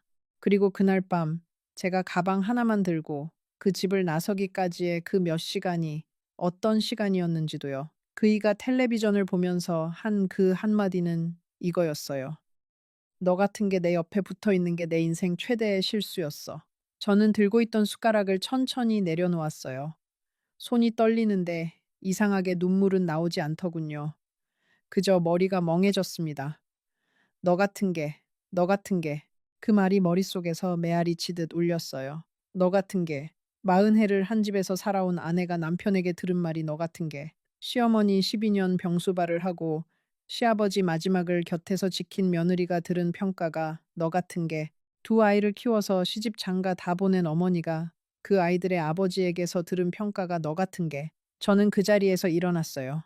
남편은 저를 한번 흘끗 보고는 다시 텔레비전으로 시선을 돌렸지요. 마치 아무 일도 없었다는 듯이. 마치 자기가 한 그 말이 그저 지나가는 말이었던 것처럼. 저는 부엌으로 갔어요. 차려놓은 식탁은 그대로 둔 채 부엌 한쪽에 앉았지요. 그리고 한참을 가만히 있었어요. 머릿속에 40해의 시간이 한꺼번에 스쳐 지나갔지요. 22살 가을, 시집 오던 날, 시어머니의 손을 잡고 마지막 인사를 하던 그 밤. 첫째를 낳고 미역국도 제대로 못 얻어먹던 그 밤. 시아버지를 보내던 그 새벽. 미경이를 시집 보내고 돌아와서 텅 빈 방을 보며 울던 그 오후. 그 모든 시간이 그 한마디 앞에서는 아무것도 아니었어요. 너 같은 게. 그게 40해의 결론이었어요. 저는 일어났어요. 안방으로 들어가서 옷장 위에 올려두었던 작은 여행 가방을 꺼냈지요. 그리고 거기에 옷 몇 벌과 통장, 그리고 어머니 사진이 들어있는 작은 액자 하나를 넣었어요. 그게 다였습니다. 40해를 산 집에서 제가 가지고 나갈 것은 그게 전부였지요. 가방을 들고 거실로 나가는데 남편은 여전히 텔레비전을 보고 있었어요. 저는 그이의 등을 한번 바라봤지요. 그리고 조용히 말했습니다. 여보, 저 가요. 남편은 텔레비전을 보면서 대답했어요. 어디가? 저는 가방을 들어 보였습니다. 그냥 가요. 그이는 그제야 저를 돌아봤어요. 그리고 잠시 멍하니 저를 보다가 다시 텔레비전으로 시선을 돌리며 말했지요. 미친 거 아니야. 가긴 어딜 가. 저는 더 이상 아무 말도 하지 않았어요. 현관에 가서 신발을 신고 문을 열었지요. 등 뒤에서 남편이 뭐라고 소리치는 것 같았지만 저는 듣지 않았어요. 40해를 같이 산 집의 현관문을 저는 그렇게 닫았습니다. 밖은 이미 어두워져 있었어요. 늦가을이었지요. 바람이 차가웠습니다. 저는 가방을 들고 골목길을 걸어 나왔어요. 어디로 가야 할지 몰랐지요. 친정 어머니는 이미 오래전에 가셨고 아버지도 10년 전에 가셨어요. 친정 오빠와 동생들은 다들 자기 가정이 있고요. 저는 갈 곳이 없었습니다. 큰 길까지 걸어 나와서 한 모퉁이에 멈춰 섰어요. 그리고 한참을 그 자리에 서 있었지요. 머릿속이 텅 비어 있었어요. 어디로 가야 하는지, 무엇을 해야 하는지 아무것도 떠오르지 않았어요. 그때 정희 언니가 떠올랐어요. 황혼이혼을 한 그 언니, 작은 아파트에 혼자 사는 그 언니. 저는 가방에서 휴대전화를 꺼내서 정희 언니에게 전화를 걸었어요. 신호음이 두어 번 가다가 정희 언니가 받았지요. 여보세요, 순자야. 무슨 일이야, 이 시간에? 저는 한참을 말을 못했어요. 그러다가 가까스로 입을 뗐지요. 언니, 저 갈 곳이 없어요. 정희 언니는 잠시 침묵하다가 말했어요. 순자야, 어디야? 내가 갈게. 정희 언니는 정말로 그 시간에 택시를 잡고 와주었어요. 제가 서 있던 골목 모퉁이에 도착해서 언니는 차에서 내리자마자 저를 꼭 안아주었습니다. 아무것도 묻지 않고요. 그저 제 등을 토닥여 주었지요. 저는 그 품에 안겨서 40해 동안 한 번도 받아보지 못한 그 위로에 그만 무릎이 꺾일 뻔했어요. 누군가 저를 그저 안아주는 것, 그게 그렇게 큰 일인 줄 몰랐어요. 그날 밤 저는 정희 언니의 집에서 잤어요. 정희 언니는 아무것도 묻지 않았지요. 그저 따뜻한 차 한 잔을 끓여주고 작은 방 하나를 내어주었어요. 저는 그 방에 누워서 그날 밤 처음으로 펑펑 울었지요. 40회를 참아온 눈물이 그날 밤에 다 쏟아졌습니다. 다음 날 아침 정희 언니는 미역국을 끓여주었어요. 그리고 식탁에 마주 앉아서 저에게 물었지요. 순자야, 무슨 일이 있었던 거야? 저는 그제야 어제 저녁의 일을 이야기했어요. 남편이 한 그 한마디. 너 같은 게 내 옆에 붙어 있는 게 내 인생 최대의 실수였어. 정희 언니는 한참을 듣다가 그릇을 내려놓고 제 손을 잡았어요. 순자야, 너 잘 나왔다. 저는 고개를 들었지요. 정희 언니는 제 눈을 보면서 말했어요. 그런 말 들으면서까지 그 집에 살 필요 없어. 너는 너 자신을 위해서 살아도 돼. 40회 동안 충분히 살았어. 이제는 너를 위해서 살아. 저는 그 말을 듣고 또 울었어요. 그런데 그 눈물은 어제 밤의 눈물과는 달랐지요. 어제는 슬픔의 눈물이었다면 그날 아침은 다른 무엇인가의 눈물이었어요. 어쩌면 안도의 눈물이었는지도 몰라요. 그날 오후 저는 진호에게 전화를 걸었어요. 아들에게 이야기를 해야 했으니까요. 진호는 처음에는 깜짝 놀랐습니다. 어머니, 무슨 말씀이세요? 갑자기 집을 나오셨다고요. 저는 차분하게 말했어요. 진호야, 엄마는 더 이상 그 집에 못 살겠어. 네 아버지하고는 더 이상 같이 살 수 없어. 진호는 한참을 침묵하다가 말했어요. 어머니, 일단 제가 가서 말씀드릴게요. 너무 갑자기 결정하지 마세요. 저는 고개를 저었지요. 진호야, 갑자기 결정한 거 아니야. 엄마는 오랫동안 생각해 왔어. 그저 마지막 한마디가 그 결정을 굳혀준 것 뿐이야. 진호는 그날 저녁에 정희 언니 집으로 찾아왔어요. 그리고 저에게 이렇게 말했지요. 어머니, 죄송해요. 제가 그동안 너무 무심했어요. 어머니가 그 집에서 어떻게 사셨는지 잘 알지도 못하면서 저는 아들의 손을 잡았어요. 진호야, 네 잘못이 아니야. 엄마가 너희한테 한 번도 말하지 않았으니까. 진호는 며칠 동안 며느리와 상의를 했다고 해요. 며느리는 처음에는 시어머니가 시아버지를 떠난 게 너무 갑작스럽다고 어떻게 그럴 수 있느냐고 그랬다는 거예요. 그런데 진호가 차분하게 그동안의 일들을 다 이야기했더니 며느리도 점점 말문이 막히더래요. 그러더니 며느리는 그날 밤에 진호에게 이렇게 말했다고 해요. 여보, 내가 어머님께 너무했나 봐요. 그 말을 듣고 저는 며느리에 대한 마음이 조금은 풀렸어요. 그래도 그 아이가 자기 잘못을 깨달을 줄 아는 사람이라는 게요. 진호는 며칠 뒤에 저에게 작은 원룸을 하나 마련해 주었어요. 처음에는 자기 집에서 같이 살자고 했지만 저는 거절했지요. 며느리에게 부담을 주고 싶지 않았거든요. 그리고 무엇보다 저는 제 공간이 필요했어요. 40해 만에 처음으로 저만의 공간이 필요했지요. 원룸은 작았지만 햇살이 잘 들었어요. 저는 거기에 어머니 사진을 올려두고 작은 화분 몇 개를 사다 놓았지요. 그리고 매일 아침 그 작은 부엌에서 저 혼자 먹을 밥을 차렸어요. 누구의 입맛에도 맞출 필요가 없는 밥. 누구의 잔소리도 듣지 않아도 되는 밥. 그 밥이 그렇게 맛있을 줄 몰랐어요. 처음 며칠은 그 작은 방의 정막이 너무 어색했어요. 40회 동안 늘 누군가의 발소리, 누군가의 텔레비전 소리, 누군가의 잔소리에 둘러싸여 살았으니까요. 그런데 그 정막이 사흘을 지나니까 어느 순간부터 그 정막이 평화로 바뀌더군요. 아침에 일어나서 창밖의 새소리를 듣고 차 한 잔을 끓여 마시고 라디오에서 흘러나오는 옛날 노래를 흥얼거리고 그게 사람이 사는 모습이라는 걸 저는 62이 되어서야 알았어요. 미경이는 처음에는 저를 이해하지 못했어요. 어머니, 그래도 아버지인데, 40회를 함께 사신 분인데, 저는 딸의 손을 잡고 말했지요. 미경이는 처음에는 저를 이해하지 못했어요. 미경아, 엄마도 사람이야. 엄마도 자기 인생이 있어. 40회 동안 엄마는 엄마로만, 며느리로만, 아내로만 살았어. 이제는 그냥 순자로 살고 싶어. 미경이는 한참을 울었어요. 그러더니 저를 안고 말했지요. 어머니, 죄송해요. 제가 너무 어머니의 마음을 몰랐어요. 저는 딸의 등을 토닥이면서 말했어요. 괜찮아, 미경아. 너희가 잘 사는 것만 봐도 엄마는 됐어. 남편에게서는 그 뒤로 한 번도 연락이 오지 않았어요. 진호의 말로는 그이가 처음에는 화를 많이 냈다고 해요. 그러더니 며칠 뒤에는 술을 자주 마시기 시작했고, 한 달쯤 지나서부터는 부쩍 늙어 보이더라고요. 저는 그 이야기를 듣고도 마음이 흔들리지 않았어요. 그러던 어느 날 진호에게서 전화가 왔어요. 어머니, 아버지가 입원하셨어요. 저는 잠시 숨을 멈췄지요. 어디가 아프시대? 진호는 한참을 머뭇거리다가 말했어요. 어머니, 아버지가 많이 안 좋으세요. 의사 선생님 말씀이 마음의 병이래요. 식사도 잘 못하시고 잠도 못 주무시고 저는 가만히 듣고 있었어요. 그런데 이상하게도 그 이야기를 들으면서 저는 아무 감정도 들지 않았습니다. 저는 진호에게 말했어요. 진호야, 엄마는 못 가. 아들은 잠시 침묵하더니 말했지요. 어머니, 알아요. 아무도 어머니에게 가시라고 하지 않을 거예요. 그저 알려드리는 거예요. 저는 전화를 끊고 한참을 창가에 앉아 있었어요. 40해를 함께 산 사람이 아프다는데 마음이 흔들리지 않는 게 이상했지요. 어쩌면 40해 동안 너무 많이 흔들려서 이제는 더 이상 흔들릴 마음이 남아있지 않은 건지도 모르겠어요. 며칠 뒤 정희 언니가 우리 집에 왔어요.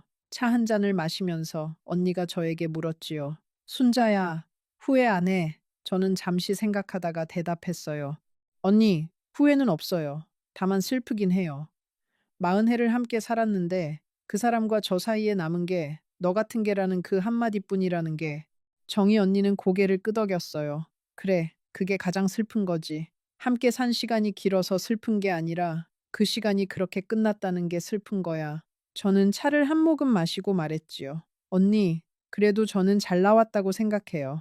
만약 그날 그 한마디를 듣고도 그냥 참았다면 저는 평생 너 같은 개로 살았을 거예요. 너 같은 개로 늙어가고 너 같은 개로 마지막을 맞이했을 거예요. 그건 못 견뎠을 거예요. 이쯤에서 잠시 멈춰 보겠습니다. 여러분 중에도 어쩌면 비슷한 한마디를 들어본 적이 있는 분이 계실지도 모르겠어요. 평생 잊히지 않는 한마디. 그 한마디 때문에 인생이 바뀐 분들이요. 댓글로 그 사연 한 줄 남겨주시면 저도 같이 마음을 나누고 싶어요. 그리고 이런 이야기가 더 듣고 싶으시다면 구독 버튼 한번 눌러주시면 정말 감사하겠습니다. 남편이 입원했다는 소식을 들은 지 2달쯤 지났을 무렵이었어요. 진호에게서 또 전화가 왔어요. 어머니, 아버지가 한 번만 어머니를 보고 싶다고 하세요. 저는 한참을 침묵했어요. 그러다가 천천히 말했지요. 진호야, 엄마 한 번 갈게. 병실에 들어섰을 때 저는 그 사람을 바로 알아보지 못했어요. 2달 사이에 그렇게 늙으셨더군요. 머리는 하얗게 샜고 얼굴은 살이 쪽 빠지고 눈은 맹하니 40해를 함께 산 그 남자가 맞나 싶을 정도였어요. 그이는 저를 보더니 잠시 멍하니 있다가 천천히 입을 열었어요. 임자, 미안해. 저는 침대 옆 의자에 앉으면서 말했지요. 무슨 말씀이에요? 그이는 천장을 보면서 말했어요. 그날 그 말. 그 말 하지 말았어야 했는데. 미안해. 정말 미안해. 미안해. 저는 한참을 그이를 바라봤어요. 그리고 천천히 말했지요. 여보, 그 한마디가 문제였던 게 아니에요. 그 한마디가 마지막 한 방울이었을 뿐이지요. 그동안 쌓이고 쌓인 것들이 그 한마디로 터진 거예요. 그이는 눈을 감았어요. 눈가에 물기가 맺히더군요. 그이는 한참을 말없이 누워 있다가 다시 입을 열었어요. 임자, 나도 사실은 그동안 행복하지 않았어. 공장을 그만두고 집에 있으면서 내가 40해 동안 무엇을 위해 살았는지 모르겠더라고. 그게 너무 답답해서 그 답답함을 자네한테 풀었던 것 같아. 미안해. 정말 미안해. 저는 그 말을 들으면서 처음으로 그이가 가여워 보였어요. 그이도 사실은 자기 인생이 무엇이었는지 몰랐던 거예요. 40해 동안 일만 한 사람이 그 일이 끝나니까 자기가 누구인지를 잃어버린 거지요. 저는 그 사람의 손을 잠시 잡았어요. 40해를 함께 산 그 손, 거칠고 주름진 그 손. 저는 그 손을 잡고 말했어요. 여보, 우리 이제 각자의 인생을 살아요. 저도 늦었지만 제 인생을 살아보고 싶어요. 당신도 부디 남은 시간을 잘 보내세요.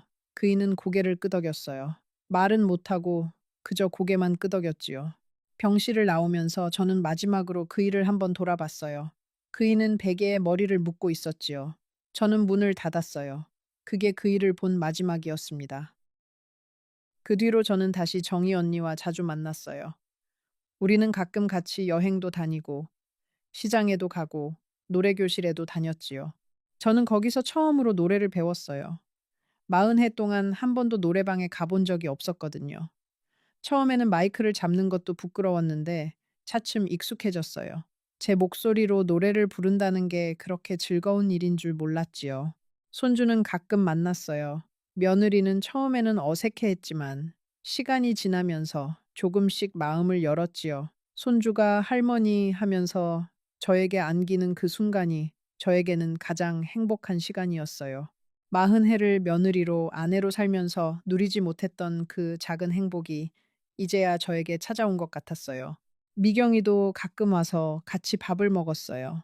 사위 종원이도 자주 들렀고요. 두 사람은 저를 보면서 늘 말했지요. 어머니, 얼굴이 정말 좋아지셨어요.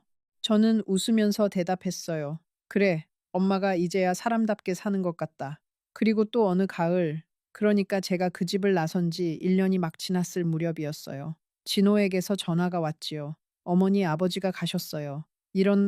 저는 한참을 침묵했어요. 그리고 천천히 말했지요. 그래, 진호야, 알았다. 내일은 장례식장에서 저는 며느리석에 앉지 않았어요. 그저 한쪽 구석에서 조용히 그 일을 보내드렸지요. 40해를 함께 산 사람을 그렇게 보냈습니다. 슬프지 않다고 하면 거짓말이겠지요. 그런데 그 슬픔은 아내로서의 슬픔이라기보다는 한 사람을 알았던 사람으로서의 슬픔이었어요. 장례식이 끝난 뒤 진호는 저에게 말했어요. 어머니, 그래도 와주셔서 감사해요. 아버지도 마지막에 어머니를 한번 보고 가실 수 있어서 다행이었어요. 저는 아들의 어깨를 토닥였지요. 진호야, 엄마는 후회 없다. 그날 가서 그이의 손을 한번 잡아줬으니까. 엄마는 그걸로 됐어. 여러분, 40해를 함께 산 부부가 헤어진다는 게 결코 쉬운 일이 아니에요. 그런데 어떨 때는 그 결정이 자기 자신을 살리는 결정이 되기도 합니다. 평생 누군가의 며느리로, 누군가의 아내로, 누군가의 어머니로만 살아온 사람이 마지막에는 자기 자신으로 살아보는 시간이 필요하니까요. 저는 지금 63이에요. 그 집을 나선 지 1년이 조금 넘었지요. 작은 원룸에 살면서 화분에 물을 주고 노래 교실에 다니고 가끔 친구들과 여행을 다녀요. 손주를 보러 가기도 하고 미경이네 집에 가서 며칠씩 머물기도 하지요. 그리고 매일 밤 잠자리에 들기 전에 어머니 사진을 한번 보면서 말씀드려요. 어머니, 저 잘 살고 있어요. 늦었지만 이제야 제 인생을 살고 있어요. 40해 동안 한 번도 듣지 못했던 그 말. 어머니 수고했어. 어머니가 살아계셨다면 해주셨을 그 말. 저는 이제 매일 밤 거울 앞에 서서 저 자신에게 그 말을 해주고 있어요. 순자야, 수고했어. 정말 수고 많이 했어. 이제는 너를 위해서 살아도 돼. 여러분, 혹시 지금 이 이야기를 들으면서 마음이 흔들리는 분이 계신가요? 떠나야 할지, 머물러야 할지 고민하시는 분이 계신가요? 저는 그 누구에게도 떠나라고도 머물러라고도 하지 않을 거예요. 사람마다 사정이 다르고 인생이 다르니까요. 다만 한 가지만 말씀드리고 싶어요. 자기 자신을 너무 미워하지 마세요. 자기 자신을 너 같은 개라고 생각하지 마세요. 우리는 모두 누군가의 너 같은 개가 아니라 그저 우리 자신이니까요. 그리고 마지막으로 한 가지 더 부탁드리고 싶어요. 혹시 옆에 함께 사는 사람이 있다면 오늘 한 번만이라도 따뜻한 한마디를 해주세요. 수고했어, 고마워, 사랑해. 그 한마디가 어쩌면 그 사람의 40해를 살리는 한마디가 될지도 모르니까요. 이 이야기가 여러분의 마음에 닿았다면 구독 버튼을 눌러주시는 것이 저에게 큰 힘이 됩니다. 그리고 지금 화면에 나타나는 이야기도 놓치지 마세요. 오늘보다 더 깊은 감동을 드릴 거라고 확신합니다. 지금 바로 클릭하세요. 순자 할머니가 다음 이야기에서 다시 여러분을 기다리고 있을 거예요.